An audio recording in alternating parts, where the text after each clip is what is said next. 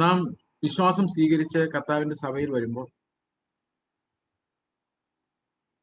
നാം ഏറ്റവും അടിസ്ഥാനം വിട്ട് പാഠം 1 മുതൽ പഠിച്ചാണ് തുടങ്ങുന്നത്.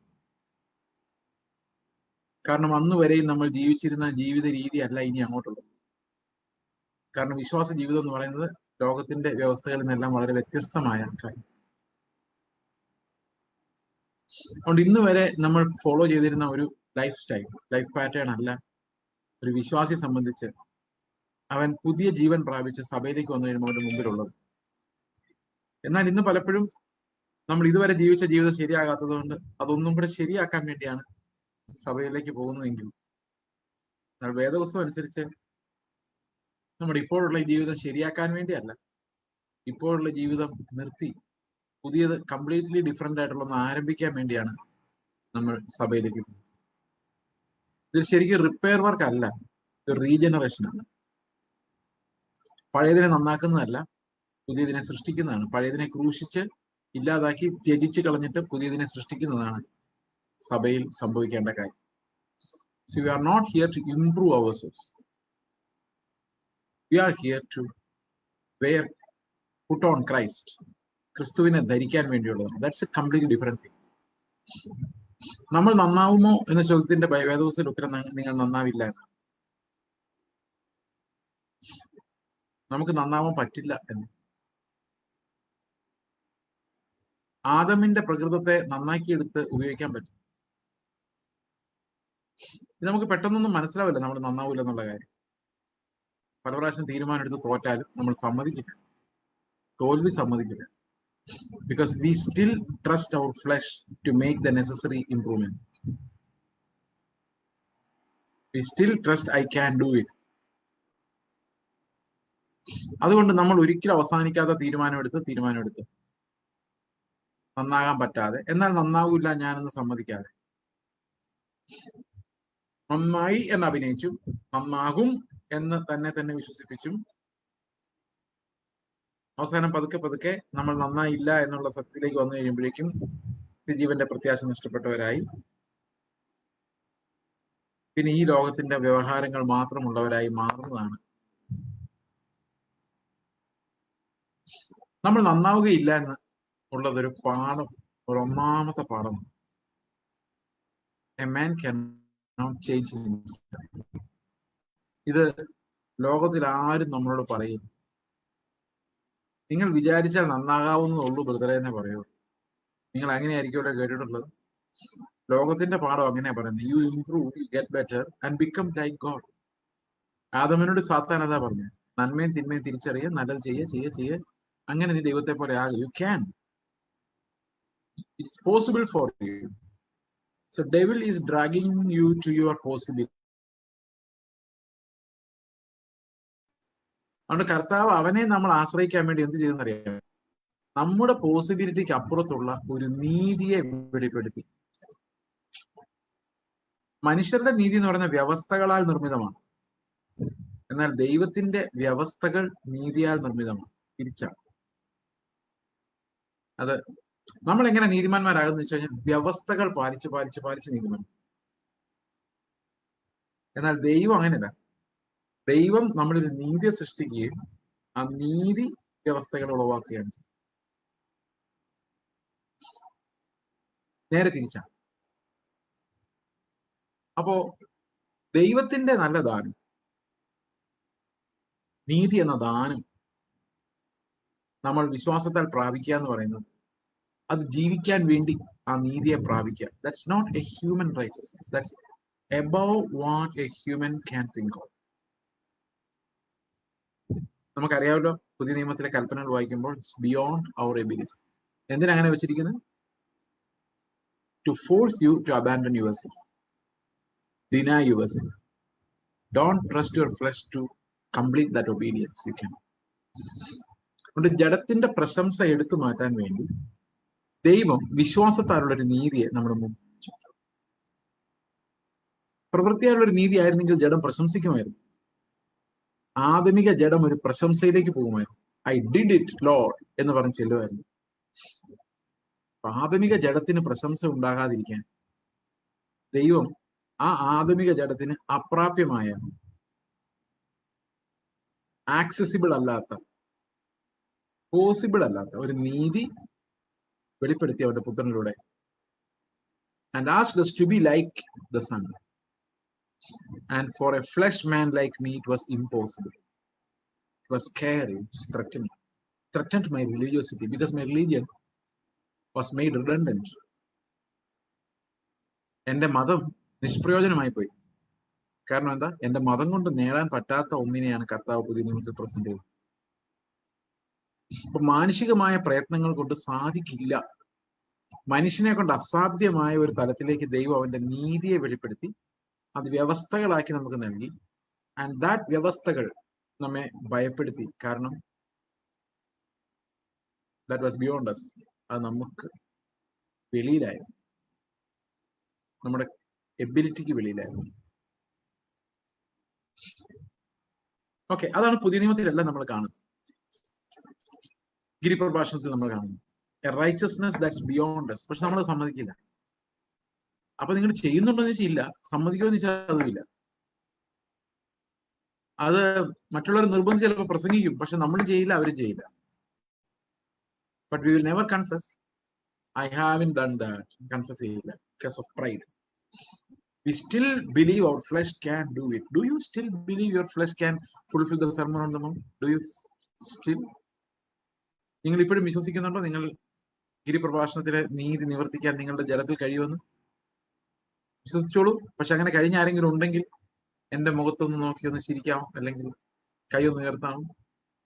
ചിരിക്കുന്നവരെല്ലാം പ്രതിസന്ധിയിലാവും.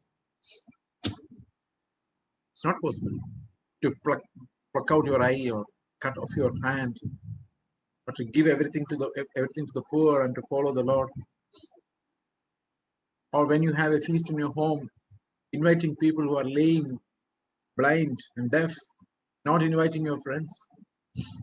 Or someone tries to snatch your bedsheet away, blanket away, you also give him your shirt. ഇതൊന്നും നമ്മൾ ആരിൽ നിന്ന് ഡിമാൻഡ് ചെയ്യാറില്ലേ? കർത്താവ് പറഞ്ഞ ഗിരിപ്രഭാഷണം നിങ്ങൾ കേട്ടാലും പഠിപ്പിച്ചാലും do you demand it on your believers? Do you demand it from your pastor? No, you don't. Do you obey it? No, you don't. Have you seen anyone obeying it? Will you insist on a person who comes to your church? Did you sell all your property? No, pastor. Then go. Will you say like that? Implement what the Lord said? No. നിങ്ങളൊരു സഭയുടെ ഒരാൾ വരുമ്പോൾ നിങ്ങൾ പറയോ സ്വത്തെല്ലാം വിറ്റിട്ട് പോ, അല്ലെങ്കിൽ ഇവിടെ കസ്റ്റമേഴ്സ് തരില്ല, പറയോ? ഇല്ല, പറയാൻ പറ്റില്ല. കാരണം എന്താ? അങ്ങനെ പറഞ്ഞാൽ നമുക്ക് സഭ ഉണ്ടാവില്ല. അപ്പൊ കർത്താവ് പറഞ്ഞ പല കൽപ്പനകളും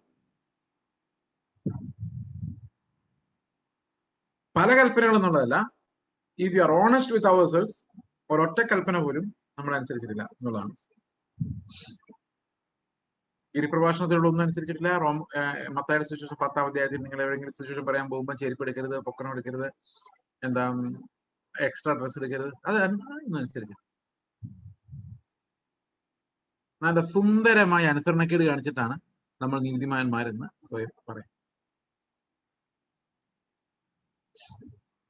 അപ്പൊ നമ്മുടെ ഒരു ആശ്വാസം ഇതാരും ചെയ്യുന്നില്ലല്ലോ എന്നുള്ളതാണ്. പിന്നെ വേറൊരു ആശ്വാസം ഉണ്ട്. ആ ആശ്വാസം എന്ന് വെച്ച് കഴിഞ്ഞാൽ ഇതൊന്നും അല്ലാത്തൊരു നീതി നമ്മൾ ഉണ്ടാക്കി അനുസരിക്കുന്നുണ്ട്. അത് മീശ പഠിക്കുന്ന ഉൾപ്പെടെ, വസ്ത്രധാരണം ഉൾപ്പെടെ നമ്മൾ ഉണ്ടാക്കിയെടുത്തൊരു നീതി നമ്മൾ അനുസരിക്കുന്നുള്ളത് കൊണ്ടും കൂടിയാണ് നമുക്ക് വലിയ കുറ്റബോധം തോന്നാത്തത്. പക്ഷെ കർത്താവ് പറഞ്ഞൊന്നും നമ്മൾ അനുസരിക്കുന്നില്ല എന്ന് നിങ്ങൾ ഓർക്കാറുണ്ട് ഇടയ്ക്കിടയ്ക്ക്? അതുമില്ല. അത് അനുസരിക്കാൻ വേണ്ടി തന്നതാന്ന് പോലും അറിയത്തില്ല. കർത്താവ് തന്നെ എന്റെ അവസാനം പറഞ്ഞത്, ഇത് കേട്ട് പ്രമാണിക്കാത്തവനെല്ലാം മണ്ണിന്മേൽ വീട് പണിത പോലെയാണ്. എന്നെ കർത്താവെ കർത്താവിനെ വിളിക്കുന്നവനുമല്ല എന്റെ പിതാവിന്റെ ഇഷ്ടം ചെയ്യുന്നവനാണെന്നൊക്കെ ഈ ഗിരിപ്രഭാഷണത്തിൽ തന്നെ പറഞ്ഞു. ഇതൊരു പ്രത്യേകതരം അടിമത്തമാണ്. നമ്മൾ ഈ ബാലപാഠങ്ങൾ, ഞാൻ നിങ്ങളുടെ മെച്യൂരിറ്റിയെ കുറിച്ച് പറയണമെന്ന് വിചാരിച്ചാണ് തുടങ്ങിയിരിക്കുന്നത്. അങ്ങോട്ട് എത്താൻ പറ്റുമെങ്കിൽ ഈ ബാലപാഠങ്ങൾ അറിഞ്ഞെങ്കിലേ അത് അങ്ങോട്ട് പോകാൻ നമുക്ക് കഴിയുള്ളൂ. So anytime we will go to that concept of maturity. I cannot give you an instruction on maturity. എനിക്ക് നിങ്ങളെ മെച്യൂരിറ്റി എന്താണെന്ന് ഇൻസ്ട്രക്ട് ചെയ്യാൻ പറ്റത്തില്ല, അത് ആത്മാവിന് മാത്രമേ പറ്റൂ. But what the Holy Spirit means, or the Bible means when the Bible says maturity എന്ന് പറഞ്ഞാൽ എന്താ അർത്ഥം, ബൈബിൾ എന്താണ് അർത്ഥമാക്കുന്നത്, ഇതേ പറയാൻ നമുക്ക് സാധിക്കും. ഓക്കെ, അപ്പൊ നമുക്കൊരു സ്ലേവറി ഉണ്ട്, അടിമത്തം, പാപത്തോടായിരുന്നു നേരത്തെ പാപത്തോടുള്ള അടിമത്തമായിരുന്നു, സ്ലേവറി ടു സിൻ. ഈ സ്ലേവറി ടു സിന്നെ കുറിച്ച് ഞാൻ അനേകം പ്രാവശ്യം സംസാരിച്ചിട്ടുണ്ട്. കാരണം അത് പറയാതിരിക്കാൻ കഴിയാത്ത ഒരു വിഷയമാണ്. കാരണം നമ്മൾ രക്ഷപ്പെടണമെങ്കിൽ നമ്മൾ ഏത് സ്ലേവറിയിലാണ് എന്ന് നമ്മൾ മനസ്സിലാക്കി. ഇപ്പൊ കമ്മ്യൂണിസ്റ്റുകാർ പണ്ട് കേരളത്തില് ഗവൺമെന്റ് ഉണ്ടാക്കാൻ നേരത്തെ എല്ലാ തെരുവുകളിലും ചെന്ന് ഒരേ കാര്യം പറഞ്ഞിട്ടുണ്ട്. കാരണം അതൊരു നീഡായിരുന്നു. എന്തായിരുന്നു നീഡ്? അവരുടെ ചങ്ങലകൾ പൊട്ടിച്ച് തൊഴിലാളി വർഗത്തിന്റെ അവകാശങ്ങളെ ബോധ്യപ്പെടുത്തും. ഒരു സുവിശേഷകനെ സംബന്ധിച്ചൊരു നീഡാണ് പാപം എന്തുമാത്രം ആഴമായി നമ്മളെ ബന്ധിച്ചിട്ടുണ്ട് എന്നറിയുക, ചങ്ങലകളെ പൊട്ടിക്കുക എന്ന് പറയുന്നത്. അതൊരു ഡിസിഷനാൽ നടക്കില്ല എന്ന് ബോധ്യപ്പെടുത്തേണ്ടത്, ടു ഷോ യു ഹൗ എന്ന്, അത് ഓരോ സുവിശേഷകന്റെയും കടമയാണ്. It's not about performing a message before you. പാപത്തിന്റെ സ്ലേവറി എന്ന് പറഞ്ഞാൽ ഞാനൊരു 5 മിനിറ്റ് കൊണ്ട് പറയാൻ ശ്രമിക്കാം. എന്താണ് സ്ലേവറി? ഒരു ഹെൽപ്ലെസ് എസ്റ്റേറ്റ് ആണ്. We don't have freedom to move away. It's not like a job which you can quit. വേണ്ട എന്ന് പറഞ്ഞ് വെച്ചിട്ട് പോകാൻ പറ്റുന്ന ഒരു ജോലിയല്ല അടിമത്തം എന്ന് പറയുന്നത്. അല്ലെങ്കിൽ അവകാശങ്ങൾക്ക് വേണ്ടി പോരാടാൻ കഴിയുന്ന ഒരു അവസ്ഥയുമല്ല അടിമത്തം. നമുക്കിവിടെ തൊഴിലാളി വർഗ റൈറ്റ്സ് ഒക്കെ ഉണ്ട്, നമുക്ക് വേണ്ടി പോരാടാം. അല്ലെങ്കിൽ മുതലാളിമാര് വേണ്ട രീതിയിൽ പെരുമാറിയില്ലെങ്കിൽ നമുക്ക് പെരുമാറാം. ഇങ്ങനെ പല വകുപ്പുകൾ ഈ ഇന്നത്തെ കാലഘട്ടത്തിലുണ്ട്. പക്ഷേ സ്ലേവ് അങ്ങനെയല്ല. സ്ലേവ് എന്ന് പറയുന്നയാള് യജമാനന്റെ അടിമയാണ്. യജമാനൻ എന്ത് പറയുന്നു അത് മാത്രമാണ് സ്ലേവിന് ചെയ്യാൻ പറ്റുള്ളൂ. അവന് പ്രതിഫലമില്ല. മരണം വരെ ആ അനുസരണം അവന് മരണത്തിലെത്തിക്കും. അത് കഴിഞ്ഞ് അവന്റെ തലമുറയിലേക്ക് ആ അനുസരണം. പെർപച്വൽ സ്ലേവ്സ്. ഇന്നും ആ സ്ലേവറിയിൽ ഉണ്ടായിരുന്ന വർഗം ഈ ഇന്ത്യയിൽ, ഈ ലോകത്തിലെ വിവിധ ഭാഗങ്ങളിൽ ഇപ്പോഴും അവർക്ക് ആ ഒരു മെയിൻ സ്ട്രീമിലേക്ക് വരാൻ കഴിഞ്ഞിട്ടില്ല പൂർണ്ണമായും. സ്ലേവറി അത്ര ഭയങ്കര ഇമ്പാക്റ്റ് ആണ് സൊസൈറ്റിയിൽ ഉണ്ടാക്കിയത്. അവർക്ക് സ്വാതന്ത്ര്യമില്ല. ഞാനിപ്പോഴും ഓർക്കുന്നുണ്ട്, when I read a book, when I was a college student, I read a book. I don't remember the title.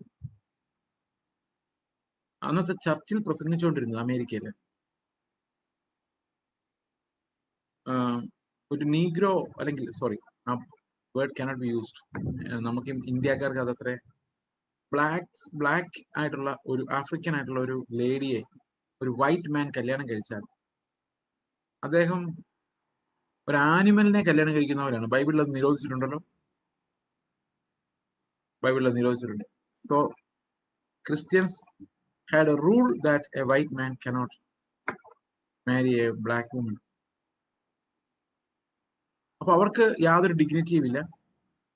അവര് മൃഗങ്ങളെ പോലെ അനുസരിക്കുന്നു. സാലറി ഇല്ല. മരിക്കുമ്പോ മക്കളെ ആ ജോലി ഏൽപ്പിച്ചിട്ട് മരിക്കും. ഇമാജിൻ.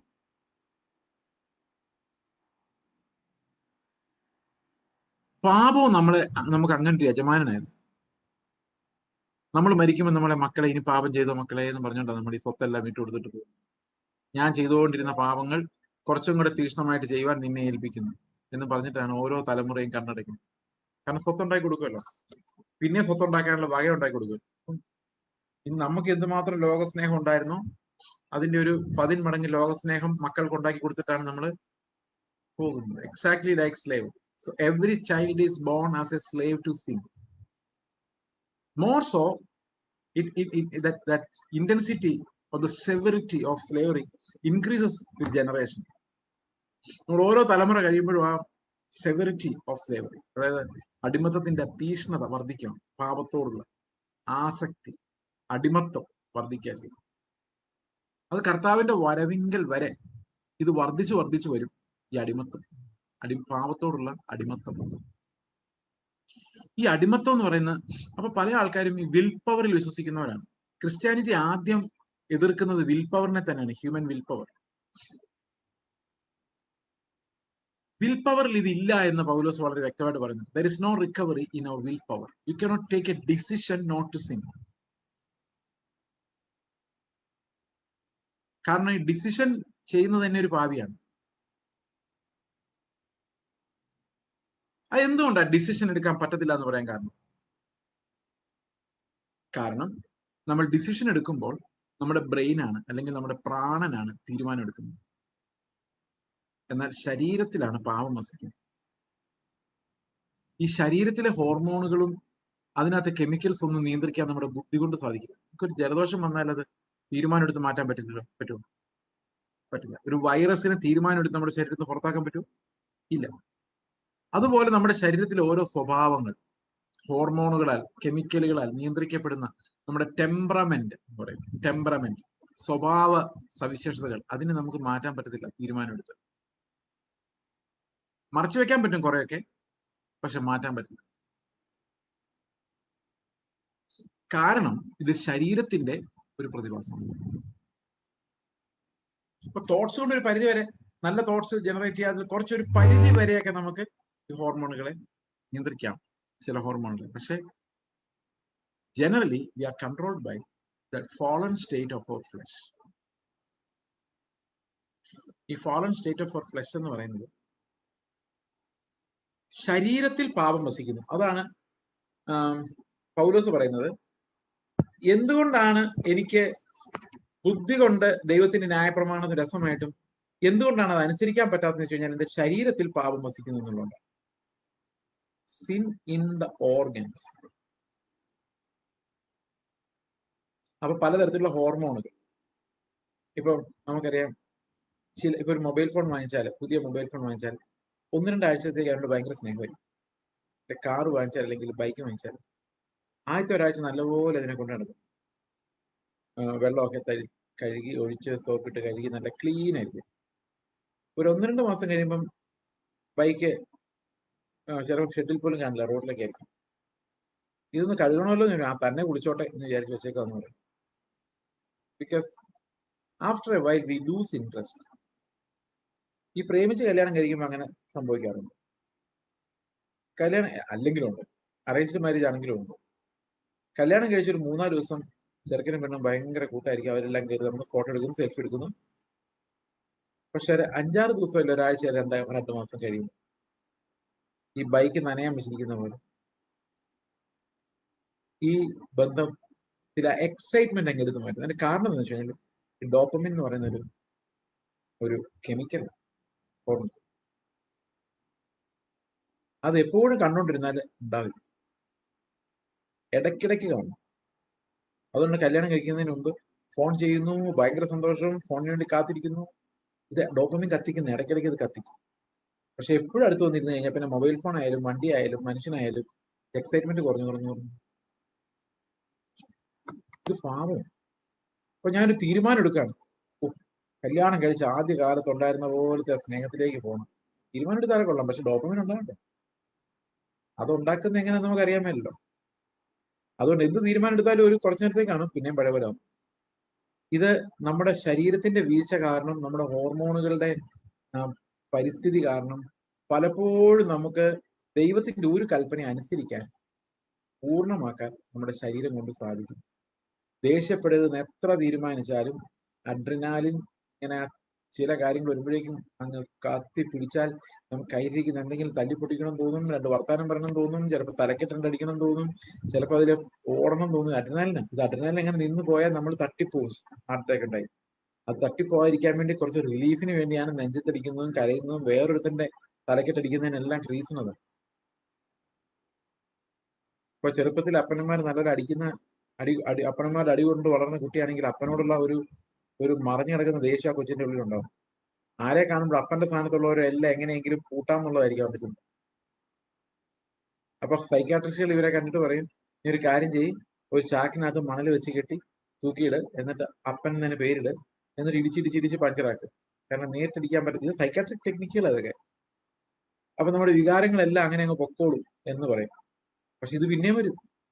ഇത് തൽക്കാല ആശ്വാസം, ഇതൊക്കെ തൽക്കാല ആശ്വാസം, പിന്നെയും വരും. കാരണം അന്നേരം പിന്നെയും വരുമെന്ന് വെച്ചോ, ഇത് അടിച്ചിട്ടും ഈ ദേഷ്യം കുറയുന്നില്ലെന്ന് വിചാരിച്ചോ, അപ്പൊ അവര് നമുക്ക് മരുന്ന് തന്നെ എവിടെയെങ്കിലും കിടത്തും. കാരണം ഇതല്ലാതെ വേറെ നിവൃത്തിയില്ല. ഇതാണ് ഈ ലോകത്തിന്റെ പാവാവസ്ഥ എന്ന് പറയുന്നത്. നമുക്ക് ഇന്നേ വരെ നിങ്ങൾ കേട്ടിട്ടുണ്ടോ, ഓ എന്റെ ദൈവമേ എന്തോ ഒരു ഹോർമോണിന്റെ പ്രോബ്ലം ഒന്നും അറിയത്തില്ല, എനിക്ക് എല്ലാവരോടും ഭയങ്കര സ്നേഹവും കരുണയൊക്കെ തോന്നുന്നു, അങ്ങനെ ഇന്നേ വരെ ആരെങ്കിലും പറഞ്ഞിട്ടുണ്ടോ? ഇല്ല. ദേഷ്യം വന്നെന്ന് പറഞ്ഞിട്ടുണ്ട്, മൂടിയായിരിക്കുന്നുണ്ട്, അങ്ങനെയൊക്കെ ഉണ്ട്, അല്ലെ കൺട്രോൾ ഇട്ട് പോകുന്നുണ്ട്, അതൊക്കെ ഉണ്ട് ഹോർമോണുള്ള സംഭവിക്കും. പക്ഷേ അകപ്പേ സ്നേഹം ഉണ്ടാവില്ല.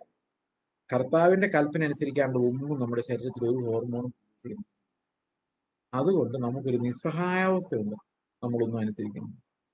ഇതാണ് നമ്മുടെ നിസ്സഹായാവസ്ഥ, പാപത്തിന്റെ സ്ലേവർ, ശരീരത്തിൽ വസിക്കുന്ന പാപം. അയ്യോ ഞാൻ അരിഷ്ട മനുഷ്യൻ, ഈ മരണത്തിന് അധീനമായ ശരീരത്തിൽ നിന്ന് എന്നെ വിടുവിക്കും. അപ്പൊ ശരീരത്തിന്റെ വിടുതലിലൂടെ മാത്രമേ എന്ത് സംഭവിക്കുള്ളൂ? ശരീരത്തിന്റെ വിടുതലിലൂടെ മാത്രമേ പാപത്തിന്റെ അടിമത്തത്തിൽ നിന്ന് ജയിക്കാൻ നമുക്ക് സാധിക്കൂ. ഓക്കെ, ശരീരത്തെ വീണ്ടെടുക്കണം. അപ്പൊ ശരിക്കും ശരീരം തേജസ്കരിക്കപ്പെട്ട് കർത്താവിന്റെ അടുത്ത് ചെല്ലുന്നത് വരെയും നമ്മൾ ഞെരുക്കത്തോടെ കാത്തിരിക്കുകയാണ് ഈ പാപത്തിന്റെ അധീനതയിൽ നിന്ന് നമ്മൾ രക്ഷപ്പെടാൻ വേണ്ടി. പാപത്തിന്റെ സേവ. വേറൊരു ഭാഷ പറഞ്ഞാൽ കർത്താവ് പറഞ്ഞു, ഞാൻ നിങ്ങളെ സ്നേഹിക്കുന്ന പോലെ നിങ്ങളും പരസ്പരം സ്നേഹിക്കും. കർത്താവ് സ്നേഹിക്കുന്നവരെ സ്നേഹിക്കും. അടുത്ത വാക്യം, തന്നെ സ്നേഹിക്കുന്നതിന് വേണ്ടി ജീവനെ കൊടുക്കുന്നതിനേക്കാൾ അധികം സ്നേഹം നടത്തുന്നു. കാരണം നീതി. അപ്പൊ എന്റെ അടുത്തിരിക്കുന്ന സഹോദരന് വേണ്ടി, നിങ്ങൾ സൂമിൽ നോക്കി വേണം അടുത്തിരിക്കുന്ന ആളെ, ആ സഹോദരന് വേണ്ടി എന്റെ പ്രാണൻ കളയാൻ ഞാൻ അത്ര അവനെ സ്നേഹിക്കുന്നു. ഒരുത്തൻ എന്നെ തല്ലുകയാണെങ്കിൽ അവൻ എന്നെ തല്ലി കൊന്ന് എന്റെ അവസാനത്തെ തുള്ളി ചോര വരെ വീഴുന്നവരെ ഞാൻ അവനോട് ക്ഷമിക്കും. ഇങ്ങനെയുണ്ട്. ഇതാണ് കർത്താവിനെ അനുസരിക്കാന്ന് പറഞ്ഞ് ഉദ്ദേശിക്കുന്നത്. അല്ലാതെ അതിനിടയിലുള്ളതൊന്നും ദൈവത്തെ പ്രസാദിപ്പിക്കുന്നില്ല. ദൈവത്തെ പൂർണ്ണമായിട്ടും അനുസരിച്ച് പ്രസാദിപ്പിച്ച കർത്താവ് യേശുക്രിസ്തു മാത്രം. അതെങ്ങനെ പ്രസാദിപ്പിച്ചത്? അവൻ അനുസരണത്തിൽ തികഞ്ഞവനായി, അല്ലെ? മരണത്തിന് അവനെ ഏൽപ്പിച്ചു കൊടുത്തു. ക്രൂശിലെ മരണത്തോളം താഴ്ചയുള്ളവനായി, അനുസരണമുള്ളവനായി. അപ്പൊ ശത്രുവിന് വേണ്ടി ജീവൻ കളയാൻ പറ്റുക എന്ന് പറയുന്നതാണ് ശരിക്കുള്ള സ്നേഹം. കർത്താവ് അങ്ങനെയാണ് നമുക്ക് വേണ്ടി ചെയ്തത്. അപ്പൊ നമ്മോട് ഡിമാൻഡ് ചെയ്യുന്നത് അത് തന്നെയാണ്. ഇപ്പൊ നിങ്ങളുടെ വീട്ടിലൊരു ഭിക്ഷക്കാരൻ വന്ന് നിങ്ങൾ 100 രൂപ കൊടുത്തു, അങ്ങനെ കൽപ്പനയില്ല 100 രൂപ കൊടുക്കാൻ.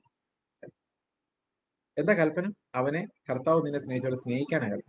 100 രൂപ കൊടുക്കാൻ എളുപ്പമായിരുന്നു, പക്ഷെ അവനോടൊരു സഹോദരനെ പോലുള്ള സ്നേഹം എൻ്റെ ഉള്ളിൽ ഉണ്ടാവാൻ എന്റെ ഹോർമോൺ അനുവദിക്കുന്നില്ല, എന്നെ കൊണ്ട് സാധിക്കുന്നില്ല. ആ ഒരു അകപ്പ എനിക്ക് ഉണ്ടാക്കാൻ പറ്റുന്നില്ല. അപ്പൊ പൗലോസ് പറയാണ്, ന്യായപ്രമാണം നല്ലതാണ്, പക്ഷെ തന്നിരിക്കുന്നത് ഒരു അടിമയ്ക്കാണ്. പാപത്തിന് ദാസനായി വിൽക്കപ്പെട്ട ഒരടിമ. ആ അടിമയ്ക്കോടാണ് കർത്താവ് പറയുന്നത്, ഈ പാപത്തിന്റെ അടിമയോട് പറയാണ്, നിനക്ക് എടുത്താൽ പൊങ്ങാത്ത ഭാരം ഇതാ പിടിച്ചോ എന്ന് പറഞ്ഞിട്ടാണ് സുവിശേഷം നമുക്ക്. ശരിയാണോ ഞാൻ പറഞ്ഞത്? അപ്പൊ ഈ സുവിശേഷത്തിന്റെ നീതി നമുക്ക് മനസ്സിലാവുമ്പോൾ ഒരു കാര്യം മനസ്സിലാവും, വി കനോട്ട് ഡു എനിത്തിങ്. ഇത് യോഹന്നാന്റെ സുവിശേഷം 15-ാം അധ്യായം അവിടെ കർത്താവ് പറയുന്നുണ്ട്, എന്നെ കൂടാതെ നിങ്ങൾക്ക് ഒന്നും ചെയ്യുവാൻ കഴിയില്ല. Cannot do anything without me. Okay, അപ്പൊ കർത്താവ് ഇല്ലാതെ ഒന്നും ചെയ്യാൻ പറ്റാത്ത ഒരവസ്ഥ ആണ് നമുക്കുള്ളത്. അപ്പൊ അതാണ് പാപത്തിന്റെ ദാസ്യത്വം എന്ന് പറയുന്നത്. എന്ത് പറഞ്ഞാൽ അതിനകത്തൊരു ഇംപെർഫെക്ഷൻ ഉണ്ട്. ഇപ്പൊ ഞാൻ നിങ്ങളോട് പ്രസംഗിക്കുമ്പോൾ അതിനകത്തൊരു ഇംപെർഫെക്ഷൻ ഉണ്ട്. എന്താ ഇംപെർഫെക്ഷൻ? എനിക്ക് നിങ്ങളോട് കർത്താവ് അത്ര സ്നേഹമില്ല, അതാണ് എന്റെ ഇംപെർഫെക്ഷൻ. അവൻ എന്നെ സ്നേഹിച്ച പോലെ ഞാൻ നിങ്ങളെ സ്നേഹിക്കേണ്ടതാണ്, പക്ഷെ അത്ര എനിക്ക് ഫീൽ ചെയ്യുന്നു. So I know I am imperfect. നിങ്ങൾക്ക് ആർക്കെങ്കിലും അങ്ങനെ ഫീൽ ചെയ്യുന്നുണ്ടോ? കർത്താവ് പറഞ്ഞത്രേ സ്നേഹം അടുത്തിരിക്കുന്ന ആളോട് തോന്നുന്നുണ്ടോ? അപ്പൊ നിങ്ങൾ എന്ത് ചെയ്താലും, അയാൾക്ക് ബിരിയാണി ഉണ്ടാക്കി കൊടുത്താലും, അയാൾക്ക് കടം കൊടുത്താലും ഒക്കെ തെറ്റി, എല്ലാം സീറോയാ. കാരണം എന്താ? കൽപ്പന ഒന്നേ ഉള്ളൂ, കർത്താവ് നമ്മളെ സ്നേഹിച്ച പോലെ. അപ്പൊ നമ്മൾ ഒരു സൽപ്രവൃത്തി എമൗണ്ട് ചെയ്യുന്നില്ല എന്ന് പറഞ്ഞാൽ അങ്ങോട്ട് ആടപ്പാവുന്നില്ല. എന്ത് ചെയ്താലും കർത്താവിന്റെ സ്നേഹത്തോട് ആടപ്പാവുന്നില്ല, നീതിയിലാകുന്നില്ല. മനുഷ്യൻ ഈസ് ഇൻകപ്പാസിറ്റേറ്റഡ്, അവന് അനുസരിക്കാൻ കഴിവില്ല എന്ന് പറഞ്ഞാൽ തുറന്ന ഭാഷയിൽ പറഞ്ഞാൽ അതിങ്ങനെയാണ്, നിങ്ങൾ നന്നായിട്ടില്ല എന്ന് മാത്രമല്ല, നിങ്ങൾ വിചാരിച്ചാലും നന്നാകാൻ പോകുന്നില്ല. ഇതാണ് സുവിശേഷത്തിന്റെ 1-ാമത്തെ ഭാഗം. Because we are slaves of sin. മനസ്സിലായോ? നിങ്ങൾക്ക് ആർക്കെങ്കിലും ഇങ്ങനൊന്നല്ല ഞങ്ങൾ നാളെ തൊട്ട് നന്നാവും തോന്നുന്നുണ്ടെങ്കിൽ അവരോട് ജനുവരി 1-ാം തീയതി നിങ്ങൾ ഓരോ തീരുമാനം എടുത്ത് കാണുമല്ലോ, ഈ ജനുവരി ഒന്ന് പോട്ടെ, കഴിഞ്ഞ ജനുവരി 1 എടുത്ത തീരുമാനങ്ങളെല്ലാം ഓർമ്മയുണ്ടോ? തീരുമാനം എടുത്ത അനുസരിച്ച് നമ്മൾ നന്നായിരുന്നെങ്കിൽ പണ്ടേ കർത്താവ് വന്നേ. നമ്മൾ എത്രയോ വിശുദ്ധന്മാരായി മാറിയനെ. പക്ഷെ തീരുമാനം എടുക്കുന്നവരൊന്നും നമുക്ക് അനുസരിക്കാൻ കഴിയുന്നില്ല. ഇതിനെയാണ് പാപത്തിന്റെ സ്ലേവറി എന്ന് പൗലോസ് പറയുന്നത്. നമുക്ക് നോക്കാം ഈ സ്ലേവറി എന്താന്ന്. റോമാലേഖനം 7-ാം അധ്യായത്തിന്റെ 21 മുതലുള്ള വാക്യങ്ങൾ ആരെങ്കിലും ഒന്ന് വായിക്കാം. 21, റോമാലേഖനം 7:21. അത് അല്ലെങ്കിൽ ഞാൻ വായിക്കാം. അങ്ങനെ നന്മ ചെയ്യുവാൻ ഇച്ഛിക്കുന്ന ഞാൻ തിന്മ എന്റെ പക്കൽ ഉണ്ട് എന്നൊരു പ്രമാണം കാണുന്നു. ഉള്ളം കൊണ്ട് ഞാൻ ദൈവത്തിന്റെ ന്യായപ്രമാണത്തിൽ രസിക്കുന്നു. എങ്കിലും എന്റെ ബുദ്ധിയുടെ പ്രമാണത്തോട് പോരാടുന്ന വേറൊരു പ്രമാണം ഞാൻ എന്റെ അവയവങ്ങളിൽ കാണുന്നു.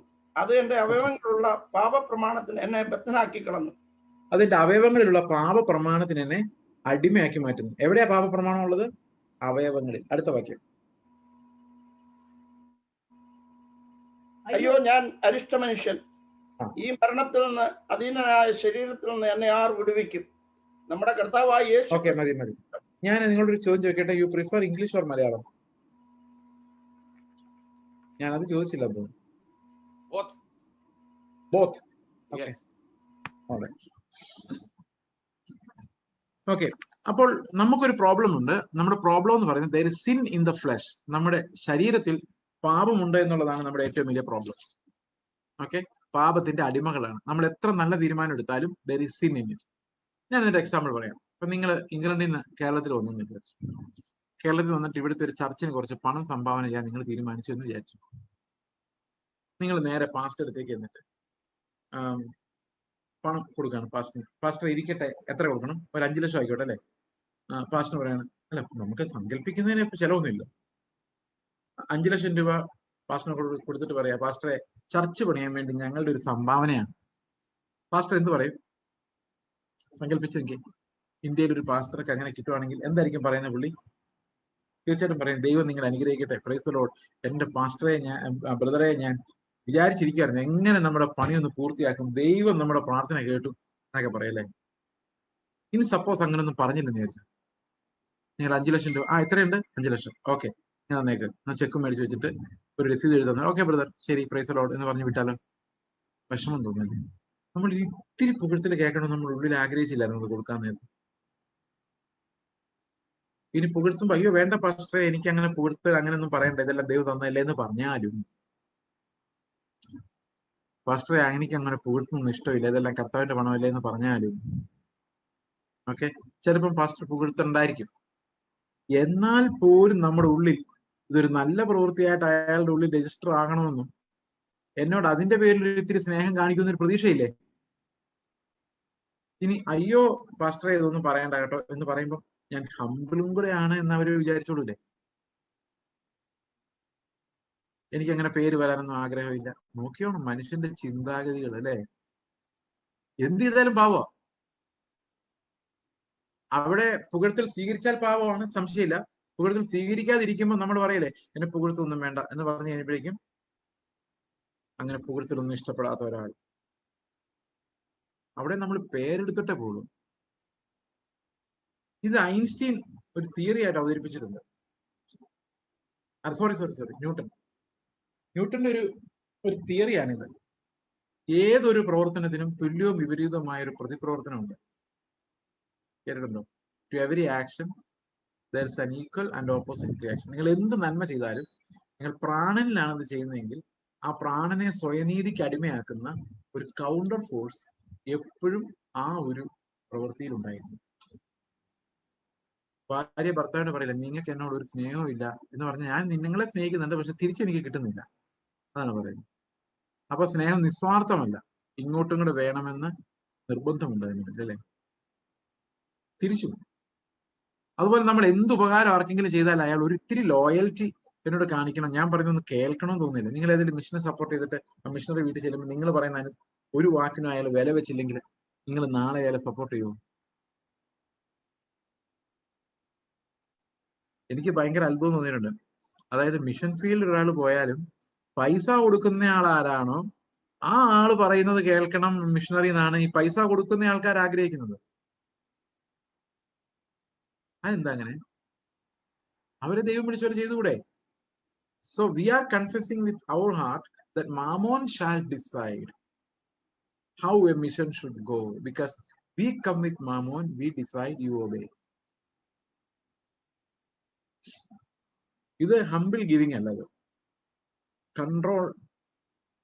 അത് എന്തുകൊണ്ട് അങ്ങനെ വരുന്നത് വെച്ച് കഴിഞ്ഞാൽ, we are giving you money and we will direct you എന്ന് പറയുമ്പോൾ അതിനർത്ഥം എന്ന് വെച്ച് കഴിഞ്ഞാൽ, you have to listen to us, not because God send us to you, but because we bring you Mammon. ചോദിക്കുവാണെങ്കിൽ മിഷനൊക്കെ കൊടുക്കുന്നുണ്ട്, പക്ഷെ അതിനകത്ത് എല്ലാം ഈ കൗണ്ടർ ഫോഴ്സ് തിരിച്ചറിയാൻ പറ്റാതെ നമ്മളെല്ലാം ഈ സെൽഫിനകത്ത് കുരുങ്ങിയേക്കുവാ. I don't know whether you agree with me or not. സാങ്ക്ടിഫിക്കേഷനിലേക്കല്ല നമ്മൾ നടത്തുന്നത്, നമ്മളെ നടത്തുന്നത് സ്വയനീതിയിലേക്കാണ്. ഞങ്ങൾ മിഷനൊക്കെ കൊടുക്കുന്നുണ്ട് ബ്രദറെ, പക്ഷെ മിഷന് കൊടുക്കുക മാത്രമല്ല, മിഷണറിമാരെ വരച്ച വരയ്ക്ക് നിർത്തുകയും ചെയ്യുന്നത്, റിപ്പോർട്ട് വരച്ച് വെച്ച്, അല്ലെ? ഞാൻ പണ്ട് ആന്ധ്രയില് ഒരു മിഷണറി ആയിരുന്നു. അപ്പൊ ഒരു മിഷൻ സംഘടന അതിനകത്ത് ഞാൻ ചേരണം എന്ന് പറഞ്ഞ് ഒത്തിരി നിർബന്ധിച്ചു. അപ്പോ എൻ്റെ ഒരു ഫ്രണ്ട്, എൻ്റെ ഒരു മെന്റർ പോലുള്ള ഒരു ആൾ എന്നോട് ഇത് പറഞ്ഞുകൊണ്ട് ഞാനത് അവരുടെ മീറ്റിങ്ങിന് പോയി ആദ്യത്തെ പ്രാവശ്യം.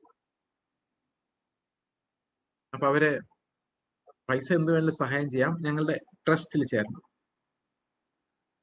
അപ്പൊ ഇത് എൻ്റെ ഒരു മെന്റർ ഇത് നിർബന്ധിച്ചോണ്ട് ഞാൻ അവരുടെ മീറ്റിങ്ങിന് പോയത്.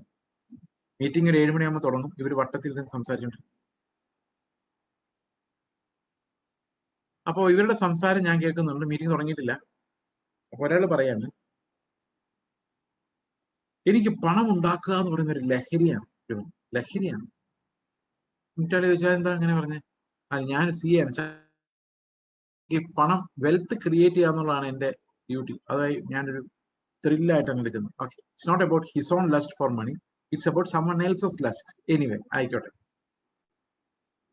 ജോലിയാണ്, പ്രൊഫഷനാണ്. ഇങ്ങനെ അവർ തമ്മിൽ സംസാരിച്ചുകൊണ്ടിരിക്കുമ്പോൾ അവരുടെ ലീഡർ വന്നു എന്നോട് സംസാരിച്ചു. എങ്ങനെ ഉണ്ടായിരുന്നു? ഞാൻ പറഞ്ഞു, ഇവരിപ്പോ ഇതാ സംസാരിച്ചുകൊണ്ടിരുന്നത് ഇവിടെ. ദാറ്റ് ഈസ് ക്വൈറ്റ് ഫൈൻ, കാരണം അത് അവരുടെ ജോലിയാണ്, they can speak about that.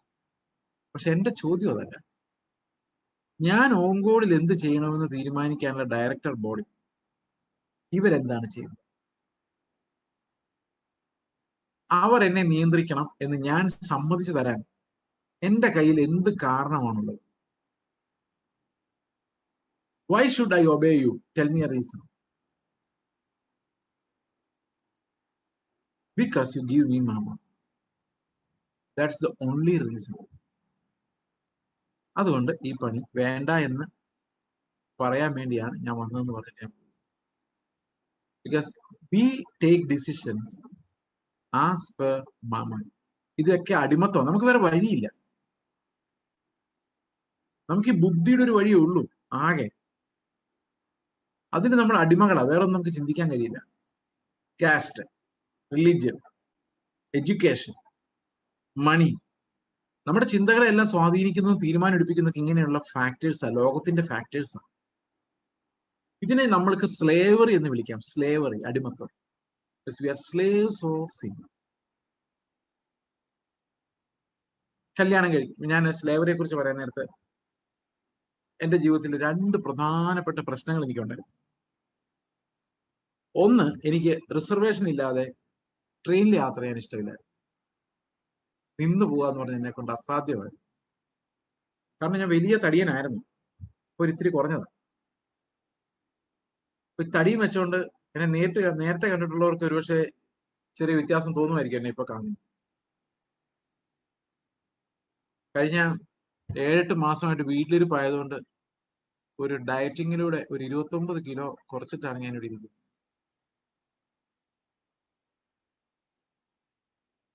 അപ്പൊ ഈ പണ്ടിട്ട് തടി കൂടുതലായിരുന്നോണ്ട് എനിക്ക് KSRTC ബസ്സിലും പ്രൈവറ്റ് ബസ്സിലും ട്രെയിനിലും ഒക്കെ കയറുമ്പോൾ ഭയങ്കര വിഷമായിരുന്നു. കാരണം ഈ സീറ്റ് ഇരുന്ന് കഴിഞ്ഞാൽ വേറെ ഒരാൾക്ക് അത് ഭയങ്കര അസൗകര്യമായിരിക്കും അടുത്തിരിക്കുന്നത്.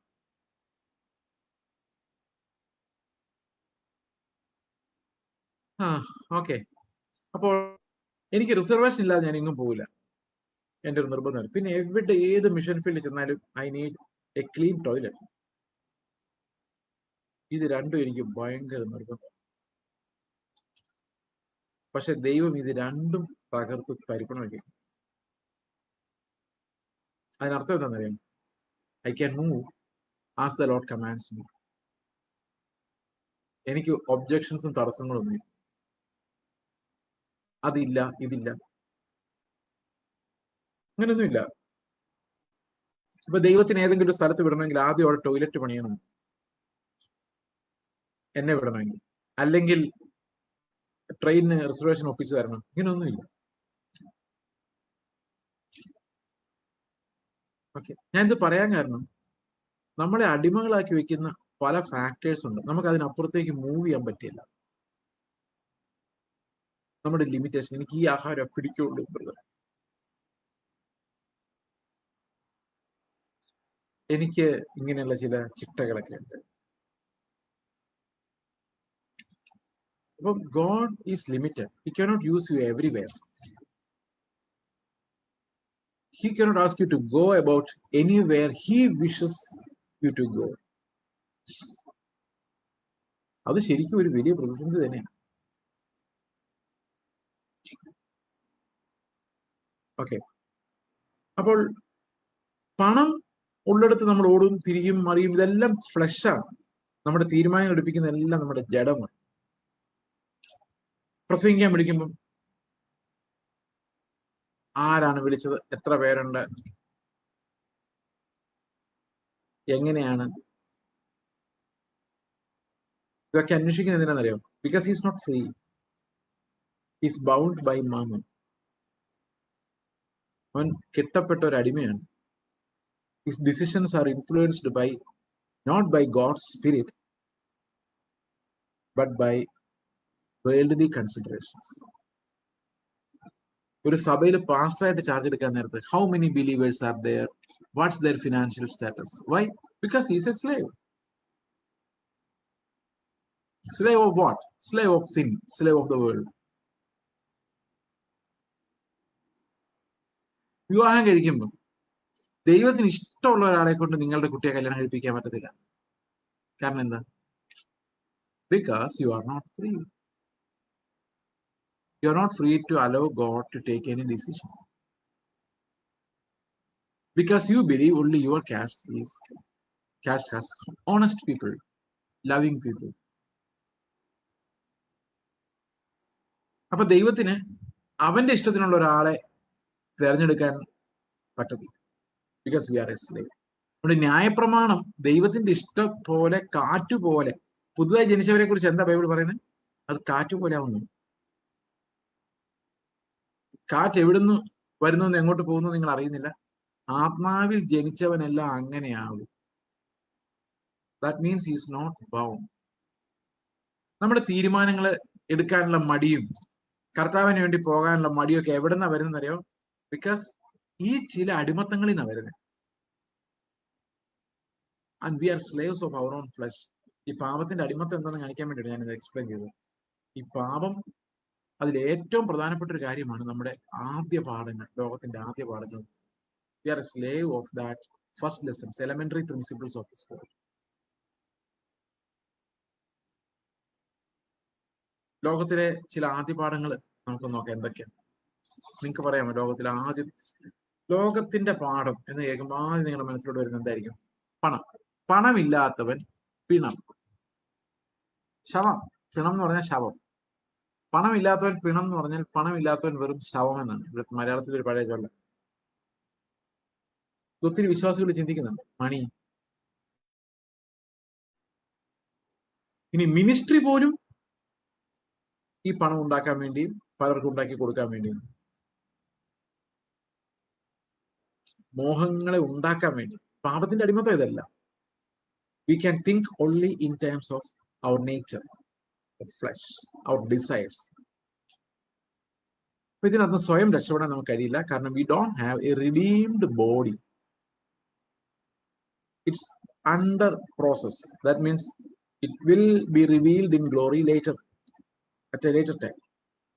ബട്ട് നൗ, ഇപ്പോൾ ഈ ശരീരത്തിൽ ജഡമാണ്. ഇതിൽ പാപത്തിന്റെ ചിന്തകൾ വരുന്ന ഒരു ശരീരമാണ്. ഓക്കെ, അപ്പോൾ ഇതാണ് പാപത്തിന്റെ അടിമത്തം എന്ന് പറയും. We were all slaves of sin. എന്നാൽ ഈ പാപത്തിന്റെ അടിമകളായ നമ്മെ അവൻ നീതിക്ക് ദാസന്മാരാക്കി മാറ്റി. റോമാലേഖനം 6-ാം അധ്യായം 17-18 ആണെങ്കിൽ വായിക്കും. ഞാൻ പറയുന്നു. അപ്പോൾ റോമർ 6-17-18 വായിക്കും.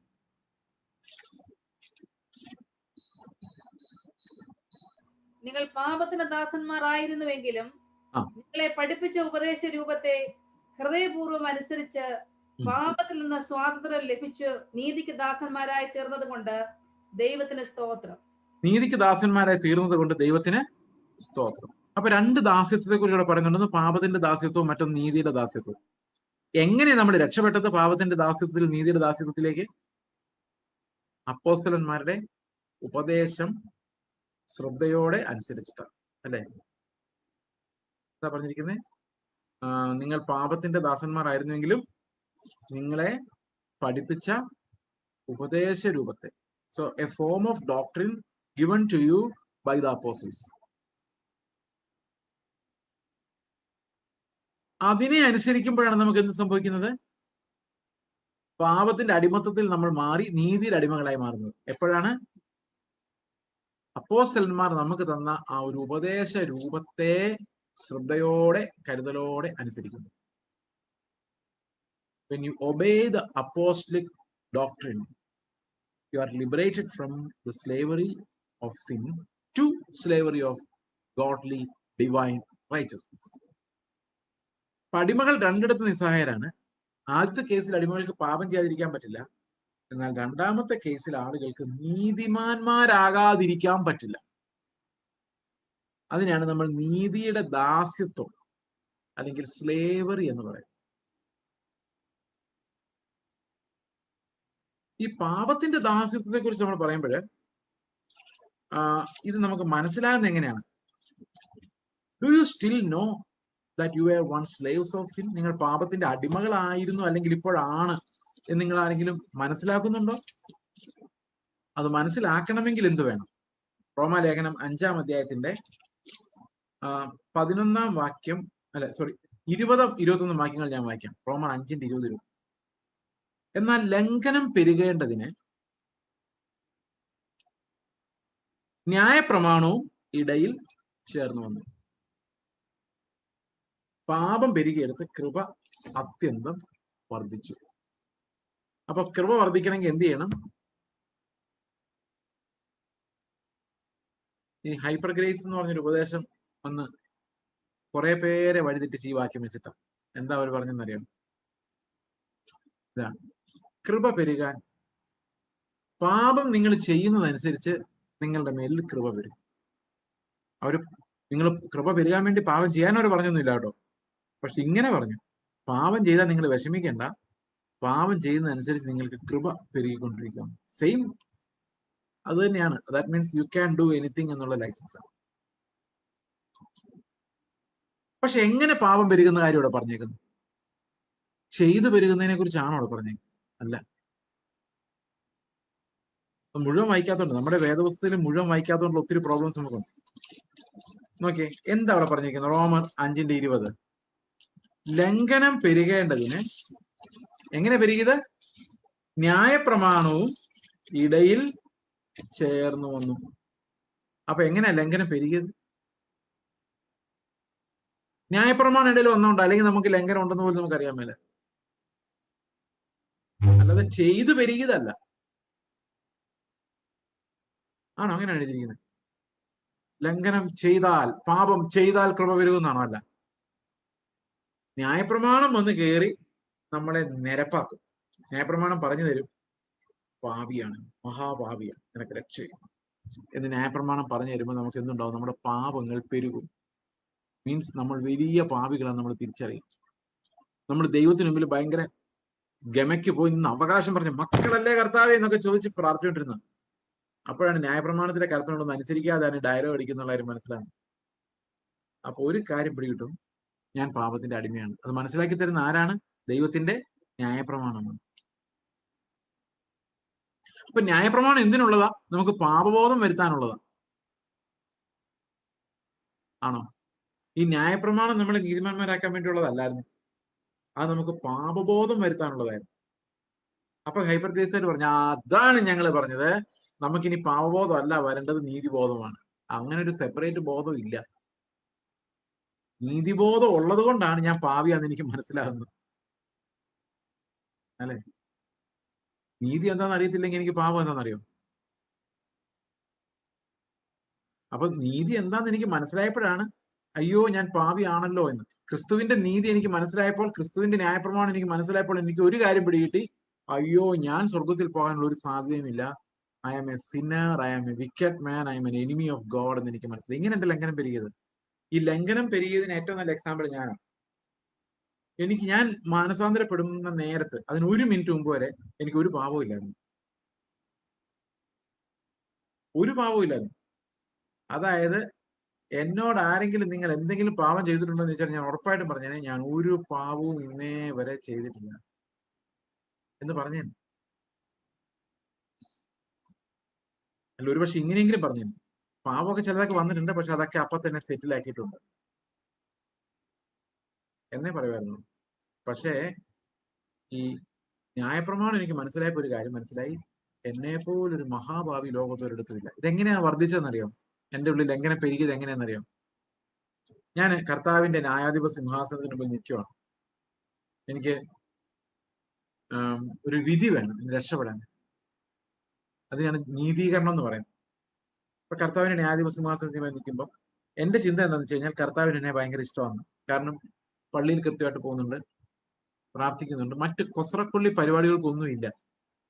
പഠിക്കുന്നു, ബൈബിൾ വായിക്കുന്നു, വൈകിട്ട് എല്ലാവരും കൂടി ഓർത്തഡോക്സ് സന്ധ്യാപ്രാർത്ഥന ചൊല്ലുന്നു, ചർച്ചിൽ ഞായറാഴ്ച പോകുന്നു, പ്രത്യേകിച്ച് കുഴപ്പങ്ങളൊന്നും ഉണ്ടാക്കുന്നില്ല. അപ്പൊ ഒരു ന്യായമായിട്ട് ദൈവത്തിന് എന്നോടൊരു സ്നേഹമായിരിക്കും. കുഴപ്പക്കാരനല്ല, മറ്റു കുട്ടികൾ നടക്കുന്നില്ല. യാക്കോബയിലെ ആ ഒരു ഓർത്തഡോക്സ് പശ്ചാത്തലത്തിലാണ് ഞാൻ ജനിച്ചതും ജീവിച്ചതും 15 വർഷം. പ്രീ ഡിഗ്രി ആയപ്പോൾ ഞാൻ അത് ഉപേക്ഷിച്ചു. പ്രീ ഡിഗ്രിക്ക് പഠിച്ചുകൊണ്ടിരിക്കുന്ന സമയത്ത് എനിക്ക് അച്ഛനെ കണ്ടപ്പോൾ വിഷമം തോന്നി. ചർച്ചിൽ നിന്ന് ഇങ്ങനെ കഷ്ടപ്പെടുന്ന അച്ഛനെ കണ്ടപ്പോൾ ഇനി മേലാൽ ഇവരെ കഷ്ടപ്പെടുത്തേണ്ടെന്ന് തീരുമാനിച്ച് ഞാൻ അതോടുകൂടി ഓർത്തഡോക്സ് പള്ളിയിൽ പോയി നിർത്തി.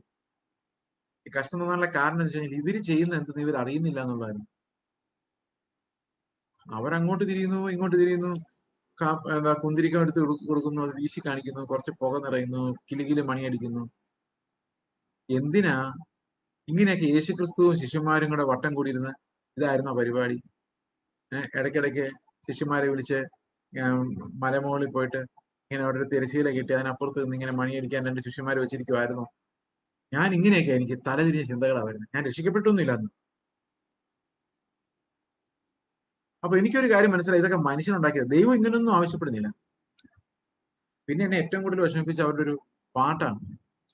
ആദ്യാചാരിത്വം കൈക്കൊണ്ട് അഹ്റോൻ മോശയോട് ഒന്നിച്ച് എഴുതുന്നു. സ്കറിയായ്ക്ക് അത് നൽകി മോശ.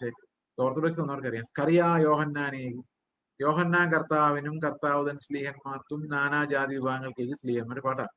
അതിനർത്ഥം യേശുക്രിസ്തുവിന്റെ പൗരോഹിത്യം എവിടെ നിന്നറിയോ? മോശ അഹരോനും കൂടെ പോയി ദൈവത്തിന്റെ അടുത്ത് വാങ്ങിച്ചിട്ട് അത് സ്കറിയ വരെ എത്തിച്ചിട്ട് സ്കറിയ യോഹന്നാന് കൊടുത്തിട്ട് യോഹന്നാൻ കർത്താവിന് കൊടുത്തു. അപ്പൊ യേശുവിന്റെ പൗരോഹിത്യം മൽക്കിസദേക്കിന്റെ ക്രമപ്രകാരം എന്നേക്കുമുള്ള ഒറ്റ പൗരോഹിത്യം അല്ല, അഹരോന്റെ പൗരോഹിത്യം പോലെ വീണ്ടും വീണ്ടും ആവർത്തിക്കപ്പെടുന്ന ഒരു പൗരോഹിത്യമാണ്.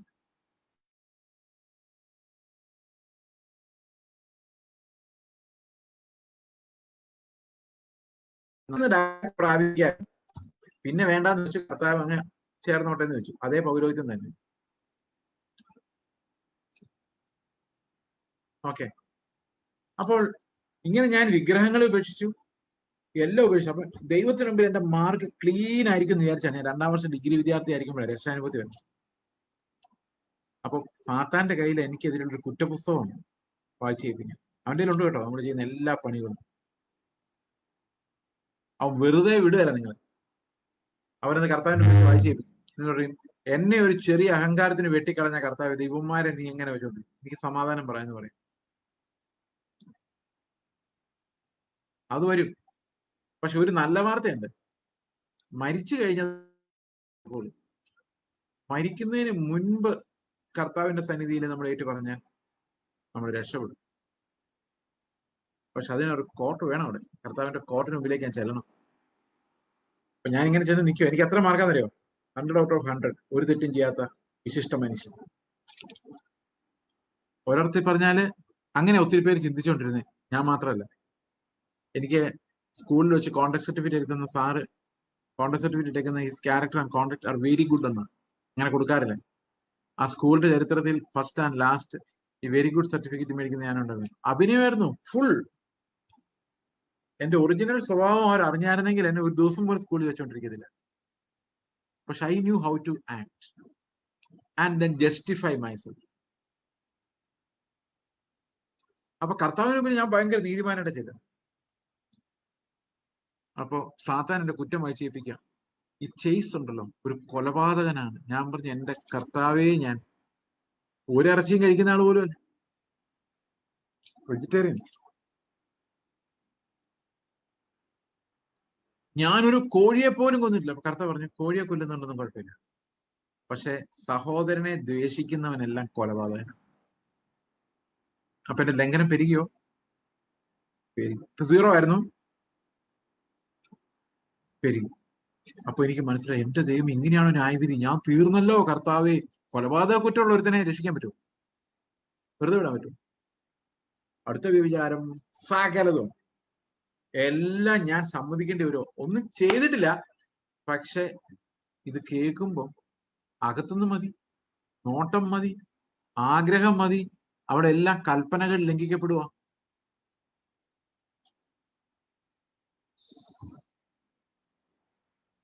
ഓക്കെ, അവസാനം പിശാച്, ഞാനെല്ലാം സമ്മതിച്ചു കേട്ടോ, സമ്മതിക്കാതിരിക്കാൻ പറ്റില്ല. പിശാച് ഭയങ്കര സാധനം.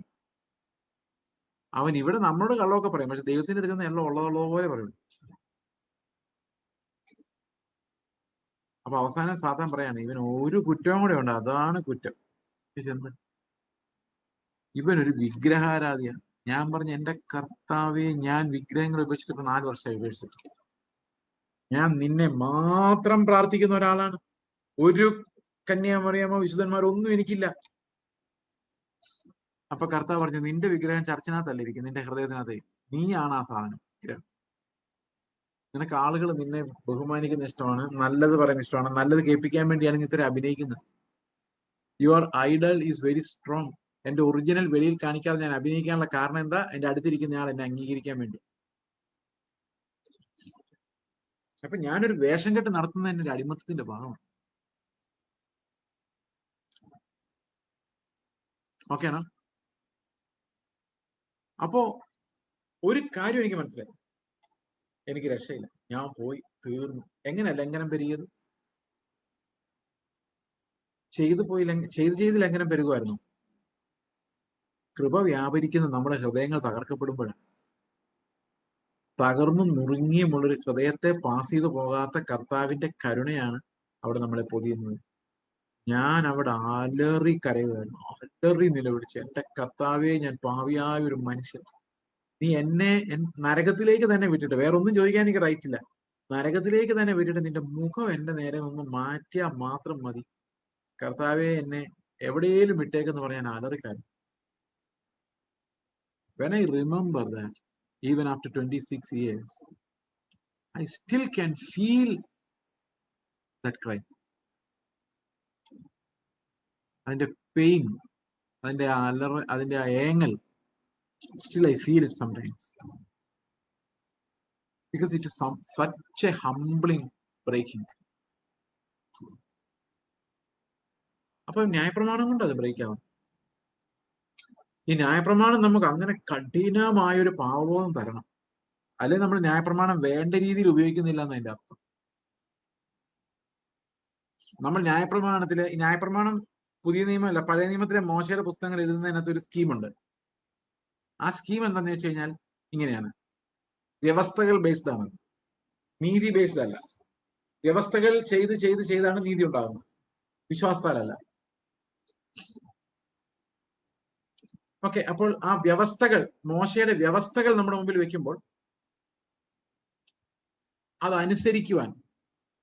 അനുസരിച്ചുണ്ടാകുന്ന ഒരു നീതിയാണ് മോശയുടെ ന്യായപ്രമാണത്തിലൂടെ ഉള്ളത്.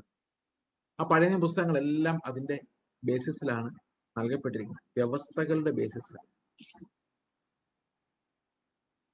ഓക്കെ, അപ്പോൾ ന്യായപ്രമാണം തരുമ്പോൾ ഒരു അനുസരണ ഇല്ലാത്ത കഠിന ഹൃദയമുള്ള ആളുകൾ കൊടുത്ത പോലെയാണ് ന്യായപ്രമാണം കൊടുത്തത്.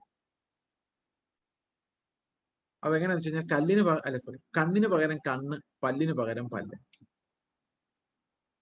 നിങ്ങളോട് അങ്ങനത്തെ ഒരു നിയമം ഇപ്പൊ പറഞ്ഞ നിങ്ങൾ സമ്മതിക്കോ? സമ്മതിക്കോ? ഇല്ല. ആ നിയമം ഇന്ന് ഇന്ത്യൻ ഗവൺമെന്റ് നടപ്പാക്കിയാലേ നിങ്ങൾ സമ്മതിക്കോ? നിയമത്തിന് അനുകൂലമായിട്ട് വോട്ട് ചെയ്യാനുണ്ടെങ്കിൽ വോട്ട് ചെയ്യൂ. ഒരുത്തൻ നിന്റെ കണ്ണെടുത്താൽ നിനക്ക് അവന്റെയും കണ്ണെടുക്കാം. അങ്ങോട്ടും ഇങ്ങോട്ടും വെട്ടിക്കുത്തിയാലും ചാവൂലേ? അല്ലെ? നമ്മൾ ആരും അതിനോട് സമ്മതിക്കില്ല. ഒരു ചോദ്യം ഞാൻ ചോദിക്കാം, ഈ പഴയകാലത്തെ ആൾക്കാരാണോ ക്രൂരന്മാര്, അത് ഇപ്പോഴത്തെ ആൾക്കാരാണ്? കൂടുതൽ ക്രൂവൽറ്റി ഉണ്ടായിരുന്നു പഴയ കാലത്താ. വെട്ടാനും കൊല്ലാനും രക്തം കാണാനും ഒരു മടിയില്ലാത്ത ആളുകളുണ്ടായിരുന്നു. ഇന്നിപ്പോ 1-2 ക്രിമിനൽസ് അല്ല, 5-6 ക്രിമിനൽസ് അങ്ങനെ. പക്ഷെ അന്ന് അങ്ങനെയല്ല. അന്ന് കയ്യൂക്കുള്ളവൻ കാര്യക്കാരൻ എന്ന് പറയുന്ന പോലെ. അന്ന് കൊലപാതകങ്ങളൊന്നും ആരും ചോദിക്കാൻ പോലും ഇല്ല. So we had a violent history. ഇപ്പൊ യുദ്ധങ്ങളൊക്കെ കുറഞ്ഞു വരിക. Previously it was not like that. ഇപ്പൊ മനുഷ്യരുടെ കഠിന ഹൃദയ നിമിത്തമാണ് മോശ അങ്ങനത്തെ കൽപ്പന കൊടുത്തത്. മോശ പറയാണ്, നിന്റെ ഒരു പല്ലല്ലടാ അവൻ എടുത്തുള്ളൂ, എന്തിനാ അവന്റെ മുഴുവൻ പല്ല് അടിച്ചു പറിച്ചത്? ഞാൻ അങ്ങനെയാണ്, എന്റെ ഒരു പല്ലെടുത്താൽ ഞാൻ അവന്റെ 32 പല്ല്. മോശ പറഞ്ഞില്ല, ദൈവം ഒരു നിയമം പറഞ്ഞിട്ടുണ്ട്, അവൻ നിന്റെ ഒരു പല്ലല്ലേ എടുത്തിട്ടുള്ളൂ, നീ അവന്റെ ഒരു പല്ലെടുക്കാൻ പോകും. അതായത് വലിയ പാപത്തെ തടഞ്ഞു നിർത്താൻ വേണ്ടി മനുഷ്യന്റെ ഇമോഷൻസ് വളരെ മോശമാണ്, അവന്റെ ആറ്റിറ്റ്യൂഡ് വളരെ മോശമാണ്. അതുകൊണ്ട് കർത്താവ് എന്തെന്ന് അറിയോ, ആ വലിയ ഈവിലിനെ തടഞ്ഞു നിർത്താൻ വേണ്ടി, വെട്ടിക്കുത്തി ആൾക്കാർ ചാകാതിരിക്കാൻ വേണ്ടി, ആ പ്രമാണത്തിനകത്ത് അവന്റെ ആങ്കറിനെ തണുപ്പിക്കാൻ വേണ്ടി പറഞ്ഞു ഈക്വൽ റെട്രിബ്യൂഷൻ പ്രിൻസിപ്പിൾ. പക്ഷെ അപ്പോഴും കർത്താവിന്റെ ഹൃദയം വേദനിക്കുമായിരുന്നായിരുന്നു. കാരണം പുത്രന്റെ സ്വഭാവം അല്ല അത്. ഇവരെ പുത്രന് വേണ്ടി ഒരുക്കാൻ വേണ്ടി കാത്തിരിപ്പിക്കാൻ മാത്രമേ അതിനെ കൊണ്ട് പറ്റുള്ളൂ. അതുകൊണ്ട് മോശ ഉപേക്ഷണത്തെ കുറിച്ച് പറയുമ്പം മോശയോട് ഏതെങ്കിലും വിധേയനെ ഭാര്യ ഉപേക്ഷിക്കുന്ന വിധമാണെന്ന് ചോദിക്കുമ്പോൾ കർത്താവ് പറയുന്നത്, ദൈവം കൂട്ടി യോജിപ്പിച്ചതിനെ മനുഷ്യൻ വേർപിരിക്കരുത് എന്നാണ്. ഇപ്പൊ മോശെ ഉപേക്ഷണ പത്രം കൊടുത്തിട്ട് ഉപേക്ഷിക്കാൻ പറഞ്ഞിട്ടുണ്ടല്ലോ എന്ന് പറയുമ്പോൾ കർത്താവ് എന്താ പറയുന്നത്? അത് നിങ്ങളുടെ കഠിന ഹൃദയ നിമിത്തമാണ് അങ്ങനെ പറഞ്ഞത്. Because you are so evil hearted, hard hearted. Okay, അപ്പോൾ വളരെ കഠിന ഹൃദയമുള്ള ആളുകൾക്ക് കിട്ടിയതാണ് എന്ത്? ന്യായപ്രമാണം. ഈ ന്യായപ്രമാണം കൊണ്ട് ഒരു ജഡവും ദൈവത്തിന്റെ സന്നിധിയിൽ നീതീകരിക്കപ്പെടുകയില്ല. കാരണം അത് എന്തുണ്ടാക്കണം? അയ്യോ, എനിക്ക് കഠിന ഹൃദയം ആണേ നിന്മാരെ കൊണ്ട് സമ്മതിക്കും. ദാറ്റ് ഈസ് വൈ പ്രമാണം ഈസ് ഗിവൻ. വ്യവസ്ഥകളോട് കൂടിയ പ്രമാണം എന്തിനു വേണ്ടിയുള്ളതാണ്? നമുക്ക് നിസ്സഹായത ഉളവാക്കുന്ന പാവബോധം ഉണ്ടാകാൻ വേണ്ടിയാണ്. അത് ഉണ്ടാകാതെ പറ്റുമോ? അത് ഉണ്ടായേ പറ്റൂന്ന് മാത്രമല്ല, നമ്മുടെ ജീവിതത്തിൽ എന്നും അത് നിലനിൽക്കുകയും വേണം. മാനസാന്തരം. നമ്മൾ പലപ്പോഴും ചോദിക്കും, നീ മാനസാന്തരപ്പെട്ടവനാണോടാ എന്ന് പറയാൻ എന്താ അർത്ഥം? പഴയ യാക്കോപ്പള്ളി വിട്ട് കെന്തക്കോസ്തി വന്നവനല്ലേടാ എന്നാണ് ഉദ്ദേശിക്കുന്നതെങ്കിൽ ആ ചോദ്യം തെറ്റിപ്പോയി. നീയൊക്കെ മാനസാന്തരപ്പെട്ടതല്ലേ ചോദിക്കുകയാണ്. എന്റെ മറുപടി എന്നറിയോ? മാനസാന്തരം എന്നിൽ വളർന്നുകൊണ്ടിരിക്കുന്നു. Something that grows in you as days pass by, repentance, the degree of repentance only increases. ഞാൻ പണ്ട് മാനസാന്തരപ്പെട്ടെന്ന് പറയാൻ പറ്റില്ല. കാരണം ഓരോ ദിവസവും കർത്താവിന്റെ അടുത്തോട്ട് ചെല്ലും തോറും നമ്മുടെ ഉള്ളിൽ മാനസാന്തരം കുറഞ്ഞു വരുമല്ല, കൂടിക്കൂടി വരുവാണ് ഞാൻ.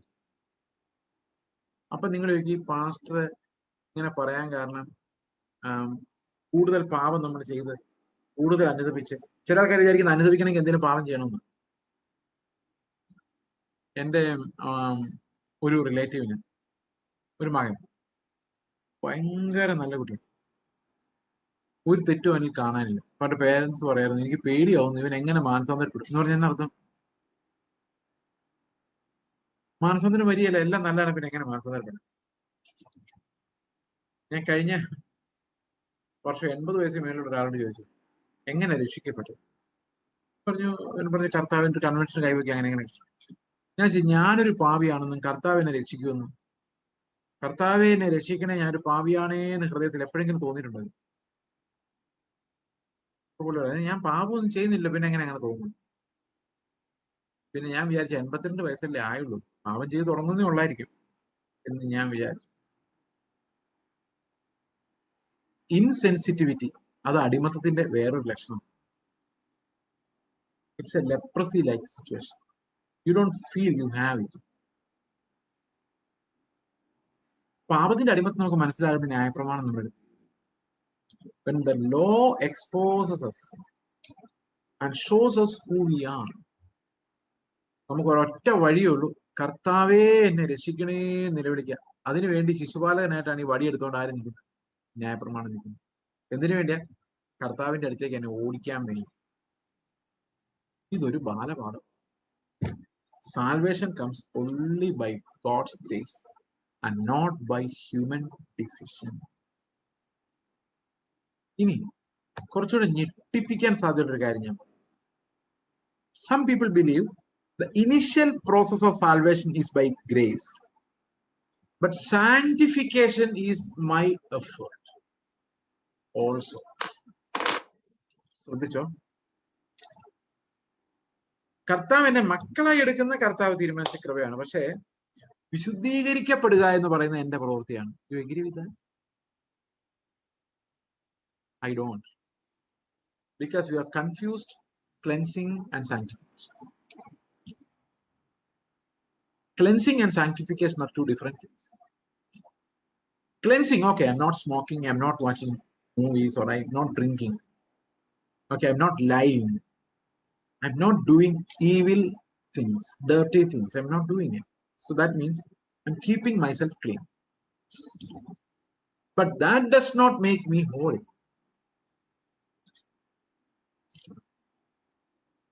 Okay. And what is sanctification? What's cleansing? ഇത് ഞാൻ പറയാൻ കാരണം, ഇത് പറഞ്ഞാലേ നമുക്ക് പരിജ്ഞാനത്തിന്റെ തലത്തിലേക്ക് പോകാൻ കഴിയും. മെച്യൂരിറ്റി എന്ന നമുക്ക് 2 ദിവസം കൂടെ ഉള്ളത് കൊണ്ട് I'm feeling a bit comfortable.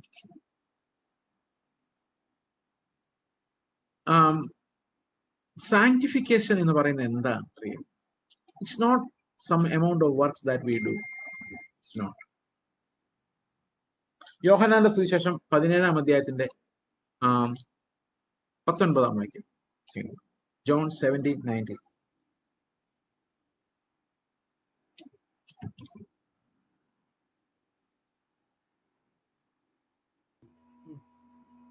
അവരും സാക്ഷാൽ വിശുദ്ധീകരിക്കപ്പെട്ടവർ ആകേണ്ടതിന് ഞാൻ അവർക്ക് വേണ്ടി എന്നെ തന്നെ വിശുദ്ധീകരിക്കുന്നു.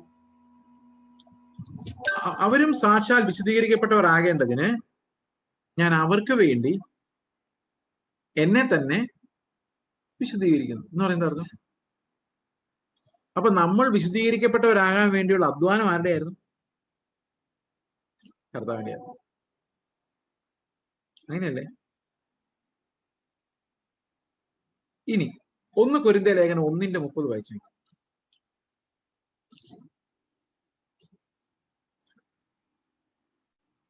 നിങ്ങളോ അവനാൽ ക്രിസ്തയേശുവിൽ ഇരിക്കുന്നു. അവൻ നമുക്ക് ദൈവത്തിങ്കിൽ നിന്ന് ജ്ഞാനവും നീതിയും ശുദ്ധീകരണവും വീണ്ടെടുപ്പുമായി തീർന്നു. ഇവിടെ ശുദ്ധീകരണം എന്നുള്ള വാക്ക് മലയാളത്തിലുണ്ടെങ്കിൽ ഇംഗ്ലീഷിൽ സാങ്ക്ടിഫിക്കേഷൻ, വിശുദ്ധീകരണം തന്നെയാണ്, ക്ലെൻസിങ് എന്നല്ല. അവിടെ എഴുതിയിരിക്കുന്ന ആര് നമ്മുടെ വിശുദ്ധീകരണമായി മാറിയെന്നാണ്? കർത്താവ്.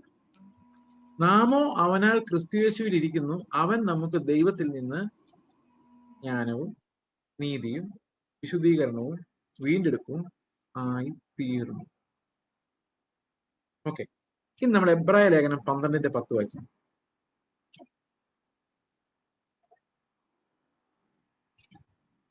അവർ ശിക്ഷിച്ചത് കുറെ കാലവും തങ്ങൾക്ക് ബോധിച്ച പ്രകാരവും അത്രേ. അതെ, അപ്പൊ നാം അവന്റെ വിശുദ്ധി പ്രാപിക്കേണ്ടതിന് അവന്റെ വിശുദ്ധി പ്രാപിക്കേണ്ടതിന് നമ്മുടെ ഗുണത്തിനായിട്ട് അത്രേ ശിക്ഷിക്കുന്നത്. അപ്പൊ നമ്മൾ പ്രാപിക്കുന്നത് എന്താണ്? അവന്റെ വിശുദ്ധിയാണ്. ഇനി 1 പത്രോസ് 1-ാം അധ്യായത്തിന്റെ 2-3 വാക്യങ്ങൾ വായിച്ചു. 1 പത്രോസ് 1-ാം അധ്യായത്തിന്റെ 2-3. നമ്മുടെ കർത്താവായ യേശു ക്രിസ്തുവിന്റെ പിതാവായ ദൈവത്തിന്റെ സ്തോത്രം. അവൻ മരിച്ചവരുടെ ഇടയിൽ നിന്നുള്ള യേശു ക്രിസ്തുവിന്റെ പുനരുത്ഥാനത്താൽ തന്റെ കരുണാധിക്യ പ്രകാരം നമ്മെ ജീവനുള്ള പ്രത്യാശയ്ക്കായി അന്ത്യകാലത്തെ വെളിപ്പെടുവാൻ ഒരുങ്ങിയിരിക്കുന്ന രക്ഷയ്ക്ക്. 1 പത്രോസ് 1 ആണോ?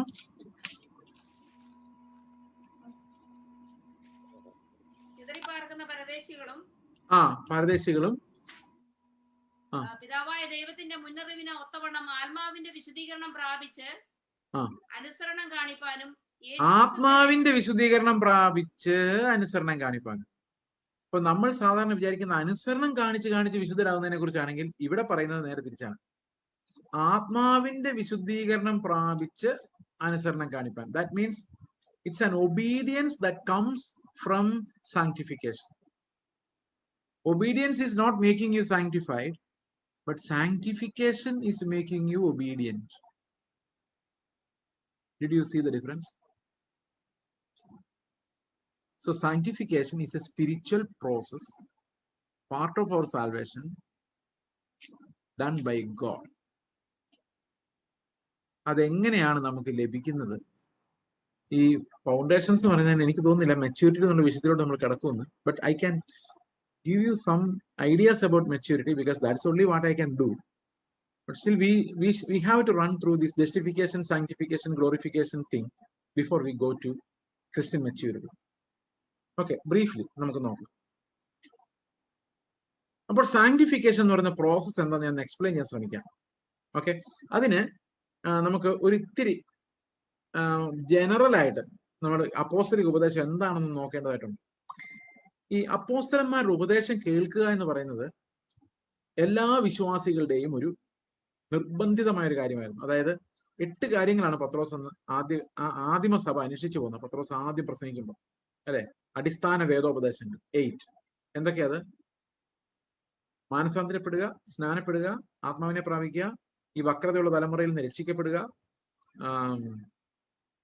പിന്നെന്താ, അപ്പോസ്തലന്മാരുടെ ഉപദേശം കേൾക്കുക, കൂട്ടായ്മ ആചരിക്കുക, ഒപ്പം നിൽക്കുക, പ്രാർത്ഥന കഴിക്കുക. 8 ആയല്ലോ.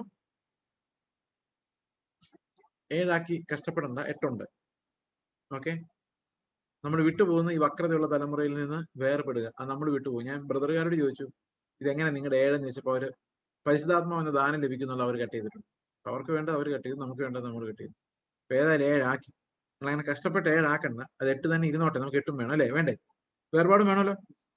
ഇനി നമ്മൾ പത്രോസ് പറഞ്ഞ കാര്യങ്ങൾ 4 ഏതൊക്കെ? മാനസാന്തരം, സ്നാനം, പരിശുദ്ധാത്മ സ്നാനം, വേർപാട്. 4 കാര്യങ്ങളെ പത്രോസ് പറഞ്ഞുള്ളൂ. ബാക്കിയുള്ളത് അവർ ചെയ്ത കാര്യങ്ങളാണ്, ചെയ്തു പോന്നു റെഗുലർലി അല്ലെ. അപ്പൊ 4 കാര്യങ്ങൾ പറഞ്ഞു കഴിയുമ്പോഴേക്കും നമ്മൾ സഭയ്ക്കകത്തായി. രക്ഷിക്കപ്പെട്ടു, സ്നാനപ്പെട്ടു, മാനസാന്തരപ്പെട്ടു, സ്നാനപ്പെട്ടു, ആത്മാവിനെ പ്രാപിച്ചു, വേർപെട്ടു, സഭയ്ക്കകത്തായി. സഭ തുടങ്ങി. ഇനി അടുത്ത പരിപാടി എന്താണ്? 5-ാം വാക്യം, അപ്പോസ്തലന്മാരുടെ ഉപദേശം കേൾക്കുക. അടുത്ത പരിപാടി. അപ്പോസ്തലന്മാരുടെ ഉപദേശം നിങ്ങൾ എങ്ങനെയാ കേട്ടത്? അപ്പോസ്തലന്മാരുടെ ഉപദേശം നമ്മൾ കേട്ടത് എങ്ങനെ? നമ്മുടെ പാസ്റ്റർമാർ തകർപ്പും പ്രസംഗമല്ല പ്രസംഗിക്കുന്നത്. പിന്നെ പോരാതെ എന്തുമാത്രം ഗസ്റ്റുകളാണ് വരുന്നത്. അവരെല്ലാം പ്രസംഗിക്കുന്നത് ഞങ്ങളിങ്ങ് കേൾക്കും. Very good. ഈ പ്രസംഗങ്ങളൊക്കെ നമുക്ക് നല്ലതാണ്. പക്ഷെ അപ്പോസ്തലിക ഉപദേശം അതൊന്നുമല്ല. നമ്മൾ കേൾക്കേണ്ട ഒരു അപ്പോസ്തലിക ഉപദേശം എന്ന് പറയുന്നത് റോമാലേഖനം 1:1 മുതൽ യൂദായുടെ 25 വരെയുള്ള ആ അപ്പോസ്തലന്മാരുടെ എഴുത്തുകളാണ് സഭയുടെ അടിസ്ഥാനം. അത് പഠിക്കുന്നുണ്ട്.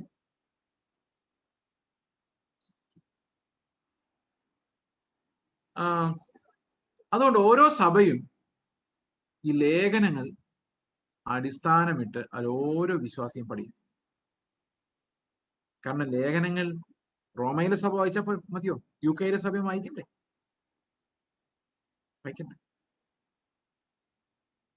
അതോ നമുക്കിപ്പോഴും പഴയ നിയമത്തിൽ എസ്തേറിന്റെ കഥയും രൂത്തിന്റെ കഥയും ബോസിന്റെ കഥയും കേട്ടാൽ മതിയോ? അത് ഇവരുടെ എല്ലാം കയ്യിൽ ഉണ്ടായിരുന്നല്ലോ. പിന്നെ എന്തിനാ അപ്പോസ്തലന്മാർ കഷ്ടപ്പെട്ട് ഇത്രയും കത്തെഴുതിയത്? ഇതെല്ലായിടത്തും വായിച്ചു കേൾപ്പിക്കണം എന്ന് പറയാൻ കാരണം എന്താ? അപ്പൊ സഭ അത് തീർച്ചയായിട്ടും വായിച്ചിരിക്കണമായിരുന്നു അല്ലെ? അപ്പൊ ഓരോ സഭയിലും നമ്മൾ അപ്പോസ്തലന്മാരുടെ ഉപദേശം എന്ന അടിസ്ഥാനം ഇടപെടേണ്ടതായിരുന്നല്ലേ? വിശദീകരണത്തെ കുറിച്ച് പറയാൻ വേണ്ടി ഞാൻ ഈ പറഞ്ഞു വരുന്നത് കേട്ടോ. ഇനി നമുക്ക് അപ്പോസ്തലിക ഉപദേശം എന്താണെന്ന് നോക്കാം. അപ്പൊ നമുക്ക് ഇതിന്റെ ആ താളം, എഴുത്തിനൊരു താളമുണ്ട്, നമുക്ക് നോക്കാം. റോമാലേഖനം 1:1 മുതൽ, that means from the beginning of the book of Romans to Ephesians chapter 3 verse 15. എഫേസ്യ ലേഖനം 3:15 വരെ ഒറ്റ തീമേ ഉള്ളൂ. കർത്താവ് നിങ്ങളെ രക്ഷിച്ചു കൃപയാൽ, നിങ്ങൾക്ക് സ്വർഗത്തിലെ വലിയ ധനത്തെ തന്നു, നിങ്ങളുടെ പ്രവൃത്തികൾ നിമിത്തമല്ല കരുണപ്രകാരം നിങ്ങളെ രക്ഷിച്ചു. ദൈവം നിങ്ങൾക്ക് വലിയൊരു ഇൻഹെറിറ്റൻസ് തന്നു, ആ അവകാശം സ്വർഗത്തിൽ നിങ്ങൾക്ക് നിക്ഷേപിച്ചു. ഇതാണ് ആദ്യം ഈ എഫേസ്യ ലേഖനം 15 വരെയുള്ള ഭാഗം. ഇനി എഫേസ്യ ലേഖനം 3:16 മുതൽ യൂദായുടെ 25 വരെയുള്ള ഭാഗങ്ങൾ വിശുദ്ധീകരണത്തെ കുറിച്ചുള്ള ഹൗ ടു ബി സാങ്ക്ടിഫൈഡ്. ആത്മാവിന്റെ വിശുദ്ധീകരണം നമ്മൾ എങ്ങനെയാണ് പ്രാപിക്കുന്നത്? ഇത് അതേ സിസ്റ്റമായിട്ട് നമ്മൾ വായിച്ചു. ഞങ്ങൾ ചർച്ച തുടങ്ങിയത് എറണാകുളത്ത് ഈ റോമാലേഖനം പഠിച്ചുകൊണ്ടാണ് തുടങ്ങിയത്. ഞങ്ങളൊരു 5-8 പേര് വട്ടത്തിൽ കൂടിയിരുന്ന് ചർച്ച ചെയ്ത് പഠിക്കുക.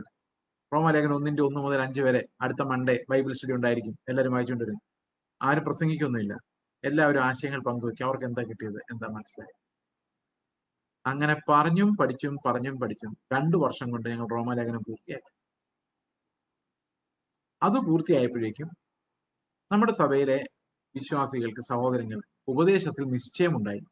അപ്പോസ്തല ഉപദേശമാണല്ലോ കേൾക്കുന്നത്. അവർ ശുശ്രൂഷകരാകാനുള്ള ഉപദേശ നിശ്ചയം പ്രാപിച്ചു.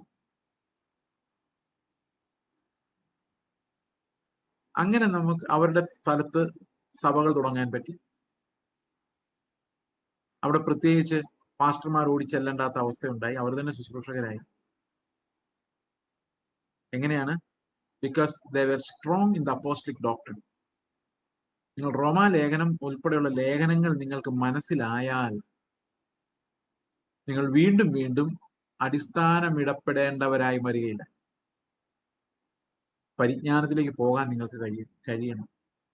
3 ദിവസം ഉള്ളൂ എന്നുള്ളൊരു വലിയ ലിമിറ്റേഷൻ ആണ്. എനിക്ക് ആഗ്രഹം ഉണ്ടായിരുന്നെങ്കിൽ ഇത് മുഴുവൻ എന്താ പറയുന്നത്, ഈ അടിസ്ഥാന ഉപദേശങ്ങൾ മുഴുവൻ കവർ ചെയ്യണമെന്ന് എനിക്ക് ആഗ്രഹമുണ്ട്. പക്ഷെ അതിന് വലിയ പ്രയാസമൊന്നുമില്ല. കാരണം നിങ്ങൾക്ക് തൽക്കാലം യൂട്യൂബിൽ എടുത്തിട്ട് chase Joseph the book of romance എന്ന് സെർച്ച് ചെയ്താൽ 18 മണിക്കൂർ റോമാലേഖന വ്യാഖ്യാനം വേഴ്സ് ബൈ വേഴ്സ്, പ്രസംഗമല്ല കേട്ടോ, വേഴ്സ് ബൈ വേഴ്സ് ഇന്റർപ്രിട്ടേഷൻ ആണ്. അതുപോലെ ഹീബ്രൂസ് വിശുദ്ധീകരണത്തെ കുറിച്ചുള്ള ഒരു കാര്യമാണ്.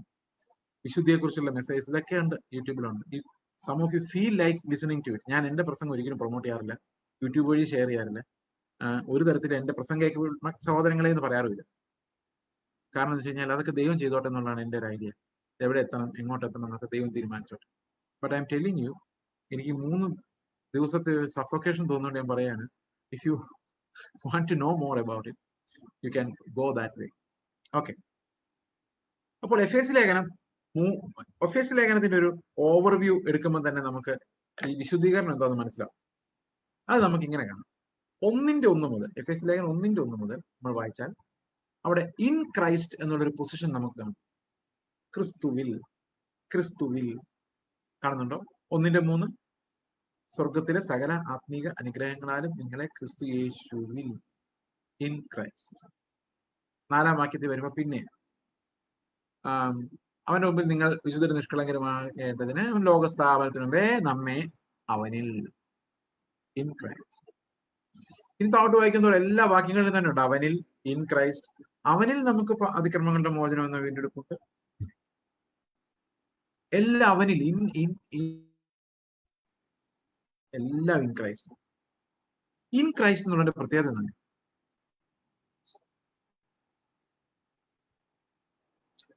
ഞങ്ങൾക്ക് 4 പിള്ളേരാണ്. 3 പേര് അഡോപ്റ്റഡ് ആണ്, ഒരാളെന്ന് സ്വന്തം മോനാണ്.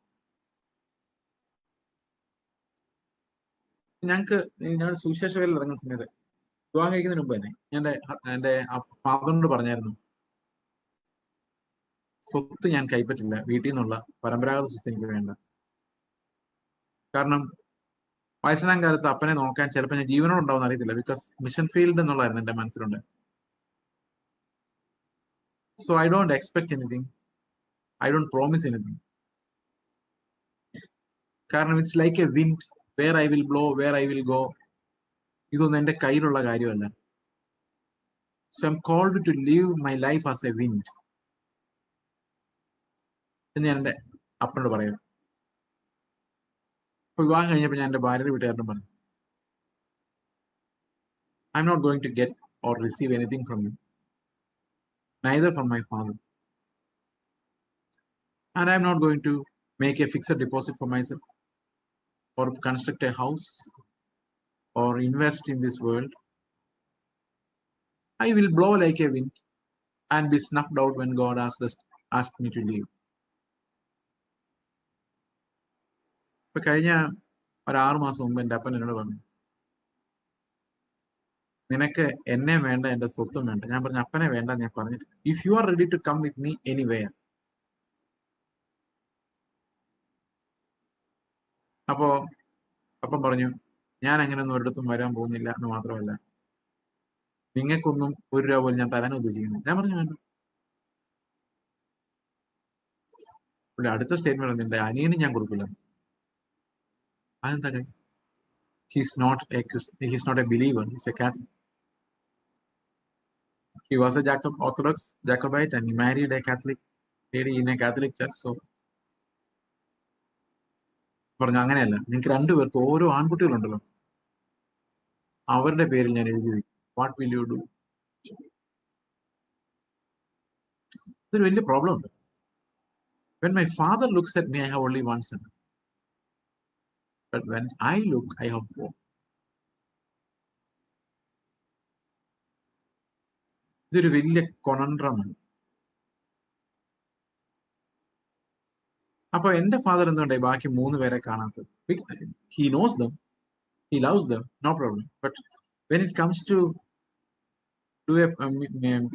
partitioning his property, he remembers only one person. Why? കാരണം എന്റെ ഫാദറിനകത്ത് when he was young, എന്റെ മകനും ഉണ്ടായിരുന്നു, ഞാനും ഉണ്ടായിരുന്നു. We all came from him. Like when Abraham paid obeisance to Melchizedek, Levi was in one way in him. Just like that, I was in my father, my son was also in him. But naturally, എൻ്റെ അപ്പൻ അധ്വാനിക്കുമ്പോൾ ആ അപ്പനിൽ നിന്ന് വന്ന പ്രോജനിക്കാണ് അതിന്റെ inheritance വരുന്നത്. അപ്പോൾ in എന്ന് പറയുന്നതിന് ഭയങ്കര വിലയുണ്ട്. ഇൻ ക്രൈസ്റ്റ് എന്ന് പറഞ്ഞ എന്താ അർത്ഥം? ക്രിസ്തു അധ്വാനിക്കുമ്പോൾ നീതിമാനാകുന്നു, പേർത്ത് അലഞ്ഞു തിരിഞ്ഞ് ഈ ഭൂമിയിലൂടെ നടക്കുന്നു. I was in him.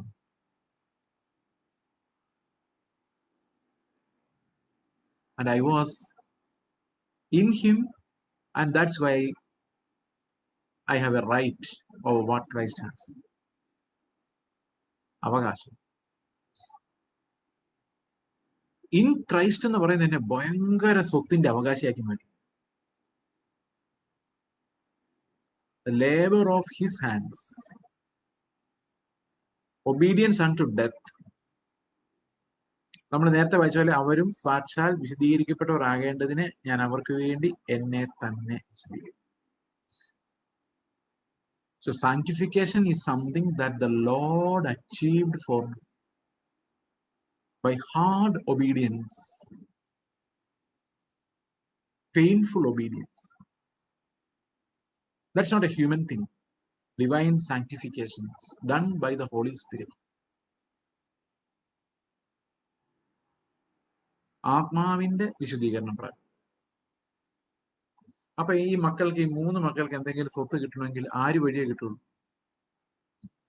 ഈ മൂത്ത മകൻ വഴിയേ കിട്ടുള്ളൂ. So that is what the Lord is doing to us. His rights, privileges, sonship, his glory, his sanctification, his obedience, his righteousness, everything is credited into my account because I was in him. ഇത് 2 പത്രോസ് വരുമ്പോൾ പറയുന്നത് ജീവനും ഭക്തിക്കും വേണ്ടതൊക്കെയും തരും.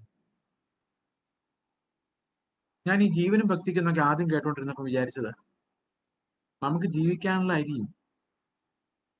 ഭക്തിക്കെന്ന് പറഞ്ഞാ ചർച്ചിൽ പോകാനുള്ള വണ്ടിക്കൂലിയും സ്തോത്രം അടിച്ചിടാനുള്ള 10 രൂപ. ഇതൊന്നിനും ദൈവം ഇതെല്ലാം ജീവനും ഭക്തിക്കും. അതാ ഞാൻ വിചാരിച്ചോണ്ടിരുന്നത് ആ ചെറുപ്പത്തില്. ജീവൻ നിലനിർത്താനുള്ള ആഹാരവും. പക്ഷെ അവിടെ ഒരു പ്രശ്നമുണ്ട്. ആ പ്രശ്നം എന്താണെന്ന് വെച്ചാൽ വിശദീകരണത്തെ കുറിച്ച് ആ വാക്യം പറയുന്നതാണ്. അതെങ്ങനെ മനസ്സിലാക്കാൻ മുകളിൽ പറയുന്ന ക്രിസ്തുവിന്റെ പരിജ്ഞാനത്തിൽ നിന്ന് ജീവനും ഭക്തി. യേശു ക്രിസ്തു ജീവിച്ച പോലെ ജീവിക്കാൻ, ഭക്തിയോടെ കർത്താവിൻ പിതാവിന് മുമ്പിൽ ഇരിക്കാൻ എന്തുമാത്രം ധനം എനിക്ക് വേണോ അത്രയും ധനവും കർത്താവ് തരുന്നുണ്ട്. അതുകൊണ്ട് ഇങ്ങനെ പറയാൻ പറ്റില്ല, അവനെ എനിക്ക് ക്ഷമിക്കാൻ പറ്റിയല്ല ബ്രദറെ എന്ന് പറയാൻ പറ്റില്ല. കാരണം അവനെ സ്നേഹിക്കാനുള്ള ധനവും കൂടെ കർത്താവിൽ നമുക്കുണ്ട്. നമുക്ക് ക്രിസ്തുവിനെ പോലെ ഇടുക്കുവഴിയിലൂടെ നടക്കാൻ എന്തെല്ലാം ധനം വേണോ അതെല്ലാം നമുക്ക് വേണ്ടി കരുതി വെക്കപ്പെട്ടിട്ടുണ്ട് എന്നുള്ളതാണ് ആ വാക്യം പറയുന്നത്. സ്വസ്ഥമായിട്ട് വായിച്ചു നോക്കിയത് ഈ പത്രോസിന്റെ ലേഖനം മുഴുവൻ വിശദീകരണത്തെ കുറിച്ചുള്ള FAC ലേഖനം 3:15 കഴിഞ്ഞ് അങ്ങോട്ടുള്ള എല്ലാ ഭാഗങ്ങളും വേദപുസ്തകത്തിലെ പ്രധാന തോട്ട് എന്ന് പറയുന്നത് it's about our sanctification. FAC ലേഖനമാണ് അതിന്റെ ഏറ്റവും പ്രധാനപ്പെട്ട ലിങ്ക്. കാരണം അതിന്റെ 1-ാം വാക്യത്തിൽ നമ്മൾ എന്തിനു വേണ്ടി വിളിച്ചതെന്ന് പറയുന്നത് തന്നെ 4-ാം വാക്യത്തിൽ ഇങ്ങനെയാണ്. സ്വർഗത്തിൽ പോകാൻ വേണ്ടി നമ്മളെ വിളിച്ചെന്ന് പല ആൾക്കാരും വിചാരിക്കുന്നുണ്ട്. That's wrong. സ്വർഗത്തിൽ പോകും നമ്മള്, ദാറ്റ്സ് നോട്ട് അവർ കോൾ. നമ്മുടെ വിളി അതല്ല. നമ്മളെ സ്വർഗത്തിൽ കൊണ്ടുപോകുന്നുള്ള വാഗ്ദത്വം ഉണ്ട്. പക്ഷെ നമ്മൾ വിളിച്ചേക്കുന്നത് സ്വർഗത്തിലേക്കല്ല, അവന്റെ സന്നിധിയിൽ നാം വിശുദ്ധരും നിഷ്കളങ്കരും ആകേണ്ടതിനാണ്. നമ്മളെ വിളിച്ചിരിക്കുന്നത് അവന്റെ തേജസ്സിലേക്കും അവന്റെ വിശുദ്ധിയിലേക്കുമാണ് വിളിച്ചത്. സ്വർഗത്തിൽ എങ്ങനെയെങ്കിലും പോകാന്ന് വിചാരിച്ചിരിക്കുന്നവരെ, എങ്ങനെയെങ്കിലും ഒന്ന് പോയാൽ മതി എന്ന് വിചാരിച്ചിരിക്കുന്നവരെ, നിങ്ങളോടാണ് ഞാൻ പറയുന്നത്, നിങ്ങൾ അങ്ങോട്ടല്ല വിളിച്ചേക്കുന്നത്. നിങ്ങളെ വിളിച്ചിരിക്കുന്നത് ക്രിസ്തുവിനെ പോലെ വിശുദ്ധീകരണം പ്രാപിക്കാൻ വേണ്ടിയാണ്. അതെങ്ങനെയെങ്കിലും പ്രാപിക്കാന്നു.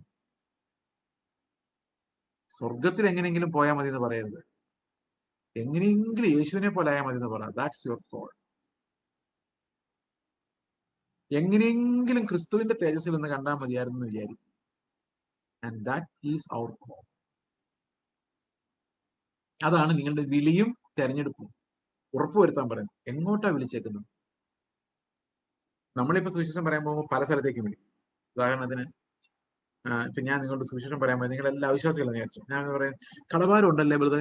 അതെ, പ്രാർത്ഥിക്കുക, ദൈവം സൗഖ്യം, ദൈവം കടഭാരം വിടും. സത്യമാണ്. ഞങ്ങളുടെ ചർച്ച വന്ന് പ്രാർത്ഥിച്ചാൽ മതി കേട്ടോ. ഓക്കെ,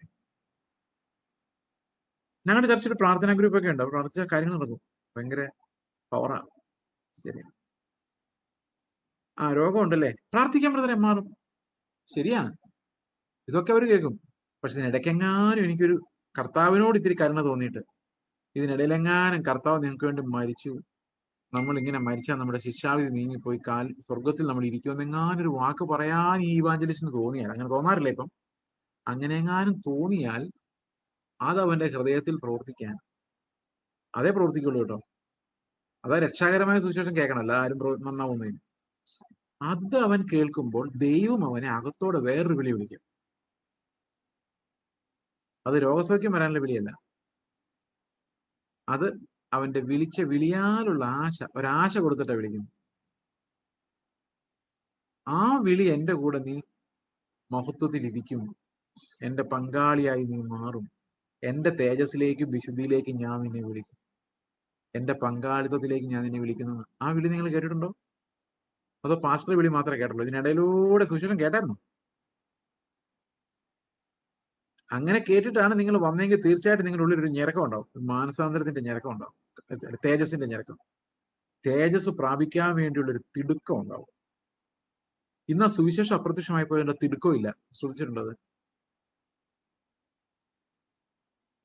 ഇന്നൊരു പ്രത്യാശഗാനം ആരും എഴുതുന്നില്ല, ആരും എഴുതുന്നില്ല. അങ്ങനെ എഴുതിയാൽ ആർക്കും വേണ്ട. 5-6 പേര് പാടുമായിരിക്കും. അതേസമയത്ത് എന്റെ വീട്ടിൽ ആഹാരം കുറയലെന്ന് പറഞ്ഞാൽ ആർക്കും പാടാതിരിക്കാൻ പറ്റുകയില്ല. അതാണ് അന്ന വിചാരം മുന്ന വിചാരമായത്.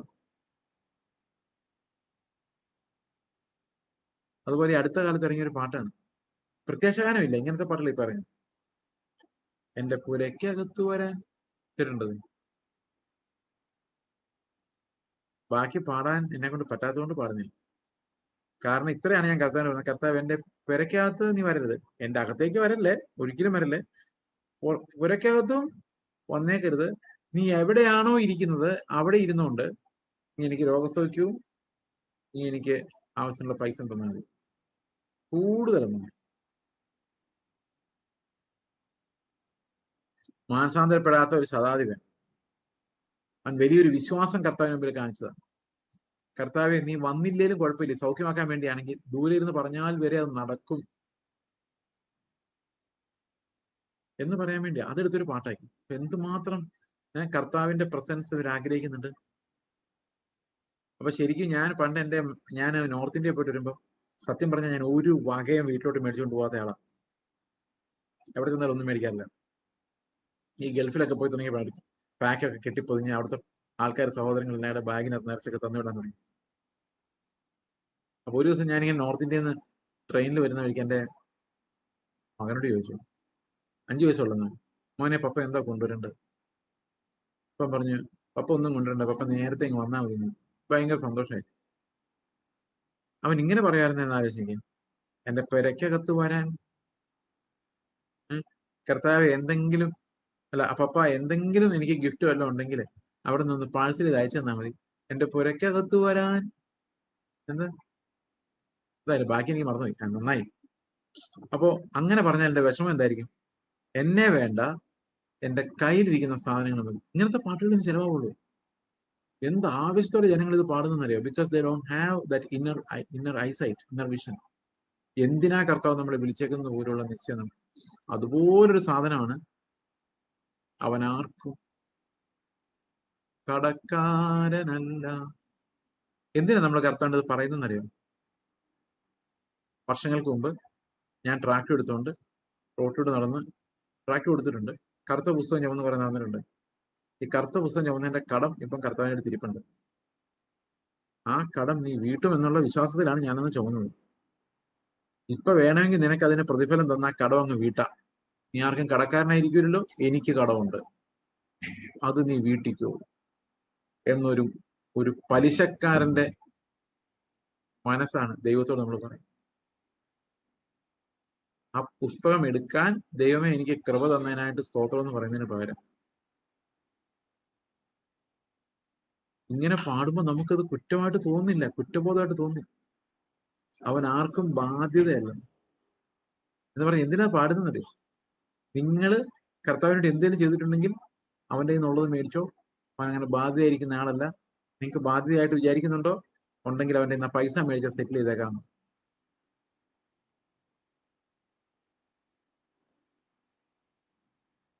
നമുക്കൊരു കുറ്റബോധം തോന്നില്ല. നമുക്ക് നല്ല താളം കിട്ടിയാൽ മതി. അല്ല അതിനകത്തെന്താ എഴുതിയേക്കുന്നത് നമുക്ക് വലിയ പ്രശ്നമൊന്നുമില്ല. We are a generation who lost our all hope. And the church is like a desert place where there is no streams of river flowing any longer. നിങ്ങൾ ആലോചിച്ചെങ്കിൽ ഈ പ്രത്യാശയുടെ ഞരക്കം, ഞാൻ രക്ഷിക്കപ്പെടുന്ന കാലത്തൊക്കെ പ്രത്യാശയുടെ ഭയങ്കര ഞരക്കമുള്ള ഒരു കാലഘട്ടമായിരുന്നു.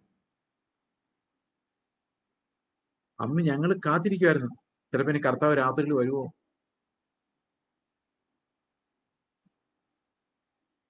ഞങ്ങൾ ഇപ്പോഴും ഓർക്കുന്നുണ്ട്, കോളേജിൽ ഞങ്ങൾ ഒരു ദിവസം ഹോസ്റ്റലില് സി എം എസ് കോളേജിൽ പഠിക്കുന്ന കാലത്ത്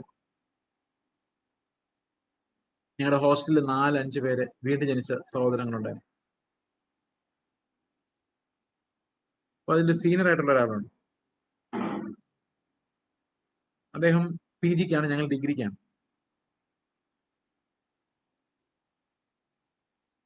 ഒരു ദിവസം വൈകിട്ട് 8 മണിയായപ്പോൾ ഈ മനുഷ്യനെ കാണാനില്ല. വിശ്വാസിയാണ്, സ്ട്രോങ് വിശ്വാസിയാണ്, കാണുന്നില്ല. 8:45 ആളെ കാണും. ഞങ്ങൾ വാർഡനെ ചെന്നിട്ട് പറഞ്ഞു, ഈ ബ്രദറിനെ കാണുന്നില്ല സാർ. ഏത് ബ്രദർ? ഞാൻ പേര് പറഞ്ഞു. ആ പുള്ളി അവിടെ എവിടെയെങ്കിലും കാണും, പുള്ളി എങ്ങും പോകില്ല.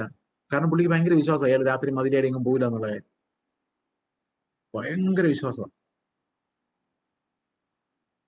ഞങ്ങൾ എത്ര നോക്കിയിട്ട് ഈ പുള്ളിയെ കാണുന്നില്ല. ഞങ്ങൾക്കൊരു പേടി, എവിടെ പോയി? അപ്പൊ ഒരു സഹോദരൻ എന്നോട് പറഞ്ഞു, ചേച്ചേ സംഗതി പ്രശ്നമാണ്. ഞാൻ പറഞ്ഞു, എന്ത് പ്രശ്നം? പുള്ളി എവിടെ പോയി? ഞാൻ പറഞ്ഞു, എനിക്കറിയത്തില്ല. ഉടനെ പുള്ളി പറയാ, എനിക്ക് തോന്നുന്നത് കർത്താവ് വന്നിട്ട് പോയി കാണും. ഇവിടെ ആരെങ്കിലും ഒരാൾ കർത്താവ് വന്നിട്ട് പോവാണെങ്കിൽ ആ പുള്ളി ആദ്യം പോകുള്ളൂ, നമുക്കറിയാലോ. പുള്ളി പോയി കാണും. അപ്പൊ നമ്മൾ ഹൃദയത്തിൽ ആ മിന്നൽ വന്ന് ഞാൻ ഇപ്പോഴും ഓർക്കുന്നുണ്ട്, കർത്താവേ പോയോ? ഞങ്ങളുടെ ഉള്ളിൽ ആദ്യം വരുന്നത്, ഞങ്ങളുടെ സുവിശേഷം പറഞ്ഞവര് പോയോ? ഇനിയുള്ള അവസ്ഥ എന്തായിരിക്കും? ഇനി 666 വെട്ടിക്കുത്ത്, കൊലപാതകം, ദൈവമേ രക്തസാക്ഷി ആവാതെ ഇനി അങ്ങോട്ട് പോകാൻ പറ്റത്തില്ല. ഇങ്ങനെയൊക്കെ ചിന്തിക്കുക. കാരണം അത്ര റിയലാ അത്, നമ്മുടെ ഫെയ്ത്ത് അത്ര റിയലാ. ഒരു 9:45 പുള്ളി ബൈബിളും പിടിച്ചോണ്ട് ഇരുട്ടത്തോടെ നടന്നു വരുന്നുണ്ട്. പുള്ളി ഏതോ കോറിഡോറിനകത്ത് പോയിരുന്ന് പുള്ളി ബൈബിൾ വായിച്ച് പ്രാർത്ഥിച്ചുകൊണ്ടിരിക്കുകയായിരുന്നു. ഈ പറഞ്ഞ ബഹളം ഒന്നും പുള്ളി കേട്ടില്ല. പക്ഷെ ഞങ്ങൾ ഒരു കാര്യം തീരുമാനിച്ചു, ഇങ്ങനെ പോയാൽ പറ്റില്ല. ഇപ്രാവശ്യം രക്ഷപ്പെട്ടു. ഇനി അടുത്ത പ്രാവശ്യം ഞാൻ കർത്താവ് വരുമ്പോൾ നമ്മൾ ഇതേ അവസ്ഥയായി പോയാലോ? So the thought used to scare us. Are we really born again? ഇന്ന് അങ്ങനെ ഒരു ചിന്ത പോലും ഇല്ല. നമ്മുടെ ബിസിനസ് വല്ലതും തകർന്നു പോകുന്ന ഞാൻ ചിന്തിച്ച് പേടിച്ചെങ്കിലോ, അല്ലെങ്കിൽ തലമുറയുടെ വിഷയം എന്താകും, ഇതൊക്കെ ഉള്ളു. അല്ലാതെ not about Christ and his glory any longer. നമ്മൾ കരയുന്നു, നിലവിളിക്കുന്നു.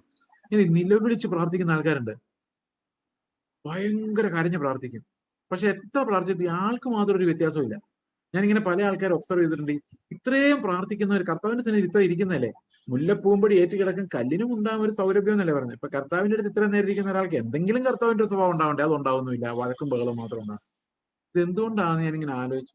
എനിക്ക് മനസ്സിലായ എന്താണെന്നറിയാം, ഈ പ്രാർത്ഥന മുഴുവൻ കർത്താവെ മത്തായിച്ചേട്ടനെ സഹായിക്കണമേ, അവന്റെ വീട്ടിലെ എന്താ ആടുമാടുകൾ അനുഗ്രഹിക്കണമേ, കർത്താവെ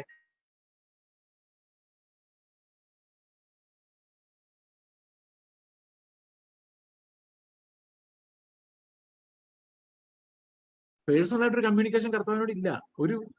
അതുകൊണ്ടേ ഇപ്പോ കർത്താവിനോട് നമ്മൾ സംസാരിക്കുമ്പോൾ എന്തായാലും ബോറടിക്കത്തില്ല. പക്ഷെ ഇതങ്ങനല്ല, ഇത് കുറെ പേരുകൾ മാത്രം. നിങ്ങൾ എത്ര കരഞ്ഞാലും നിങ്ങൾ അപ്പോഴും ഈ കർത്താവിനോടുള്ള പ്രസൻസിലേക്ക് വരുന്നില്ല. അതാണ് അതിന്റെ പ്രോബ്ലം. പ്രാർത്ഥിക്കുന്ന പ്രശ്നമൊന്നല്ല ഞാൻ പറയും, ഡോണ്ട് മിസ്അണ്ടർസ്റ്റാൻഡ് മീ. ഓക്കെ, അപ്പൊ എത്ര ക്വാണ്ടിറ്റി പ്രയർ അല്ല, അത് ക്വാളിറ്റി പ്രയറിലേക്ക് ഇവരെല്ലാം ഓർത്ത് നമ്മൾ പ്രാർത്ഥിക്കണം. പക്ഷെ അതിനേക്കാളും പ്രധാനമാണ് ഈ കർത്താവിന്റെ ആ പ്രസൻസ് അനുഭവിക്കുക. ആ പ്രസൻസ് അനുഭവിക്കുന്ന ആൾക്ക് മാറ്റം വന്നുകൊണ്ടിരിക്കും. അപ്പൊ നമ്മുടെ ഈ സ്പിരിച്വാലിറ്റി എന്ന് പറയുന്നത് തന്നെ ജെന്യുവിൻ ആകണം നിർബന്ധമൊന്നുമില്ല. Unless Christ is in you. അതാണ് എഫേസ്യർ 3:16 മുതൽ ഇത്ര നേരം നമ്മൾ പറഞ്ഞുകൊണ്ടിരുന്നത്. ഇൻ ക്രൈസ്റ്റ്, ഞാൻ ക്രിസ്തുവിൽ നിന്നാണ്. ഈ റോമാലേഖനം 1 മുതൽ എഫേസ്യ ലേഖനം 3:15 വരെ ഇൻ ക്രൈസ്റ്റ്, ക്രിസ്തുവിൽ എനിക്ക് ലഭിച്ച കാര്യങ്ങളെ കുറിച്ചാണ് മുഴുവൻ പറയുന്നത്. എന്നാൽ 3:16, 17 വാക്യങ്ങൾ വരുമ്പോഴേക്കും ദ സിറ്റുവേഷൻ ചേഞ്ചസ്. 17 വായിച്ചേ.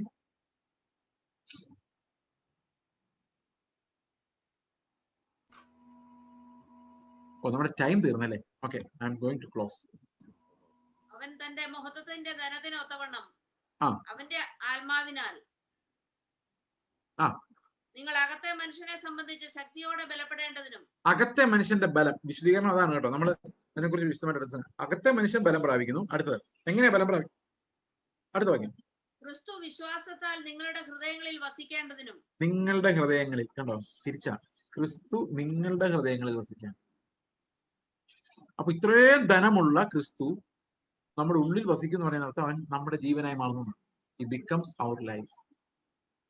നമ്മൾ അവന്റെ ജീവനിലേക്ക് പ്രവേശിക്കുക. Christ lives in me. ഇതെങ്ങനെയാ? വിശ്വാസത്താൽ എന്നല്ലേ? വിശ്വാസത്താൽ എന്നല്ലേ എഴുതിയേക്കുന്നത്? വിശ്വാസത്താൽ കാർ വാങ്ങി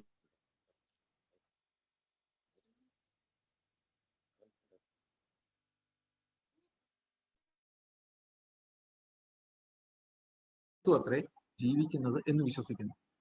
വിശ്വാസത്താൽ ക്രിസ്തുവിനെ നേടുന്ന ഫെയ്ത്ത്. കാർ നേടുന്ന ഫെയ്ത്ത് അല്ല, കർത്താവിനെ നേടുന്ന ഫെയ്ത്ത്. ഓക്കെ, ആ ഫെയ്ത്തിനെ കുറിച്ച് അവിടെ പറയുന്നത്. വിശ്വാസത്താൽ ക്രിസ്തു നിങ്ങളുടെ ഹൃദയങ്ങളിൽ വസിക്കേണ്ടത്. അപ്പൊ ഹൃദയങ്ങളിൽ വസിച്ചു കഴിയുമ്പോൾ എന്ത് സംഭവിക്കും? നമ്മുടെ ഉള്ളിൽ സ്നേഹം വളർന്ന് വേരൂന്നി ക്രിസ്തുവിന്റെ ഒരു ക്യാരക്ടർ നമ്മുടെ ഉള്ളിലുണ്ടായി ദൈവത്തിന്റെ എല്ലാ നിറവിനാലും നമ്മൾ നിറഞ്ഞു വരും. ഈ ഒരു നിറവിനെയാണ് നമ്മൾ വിശുദ്ധീകരണം എന്ന് പറയുന്നത്. That is effected by the work of the Holy Spirit in us. ഞാനതൊരു ഡയഗ്രാമിലൂടെ അടുത്ത ദിവസം കാണിക്കാം. നമുക്ക് പ്രാർത്ഥനയോടെ ഇന്നത്തെ സെഷൻ അവസാനിപ്പിക്കാം. I'm giving you a summary of apostolic doctrines to tell you what Christian maturity means. Okay, ദൈവം നിങ്ങളെ അനുഗ്രഹിക്കും.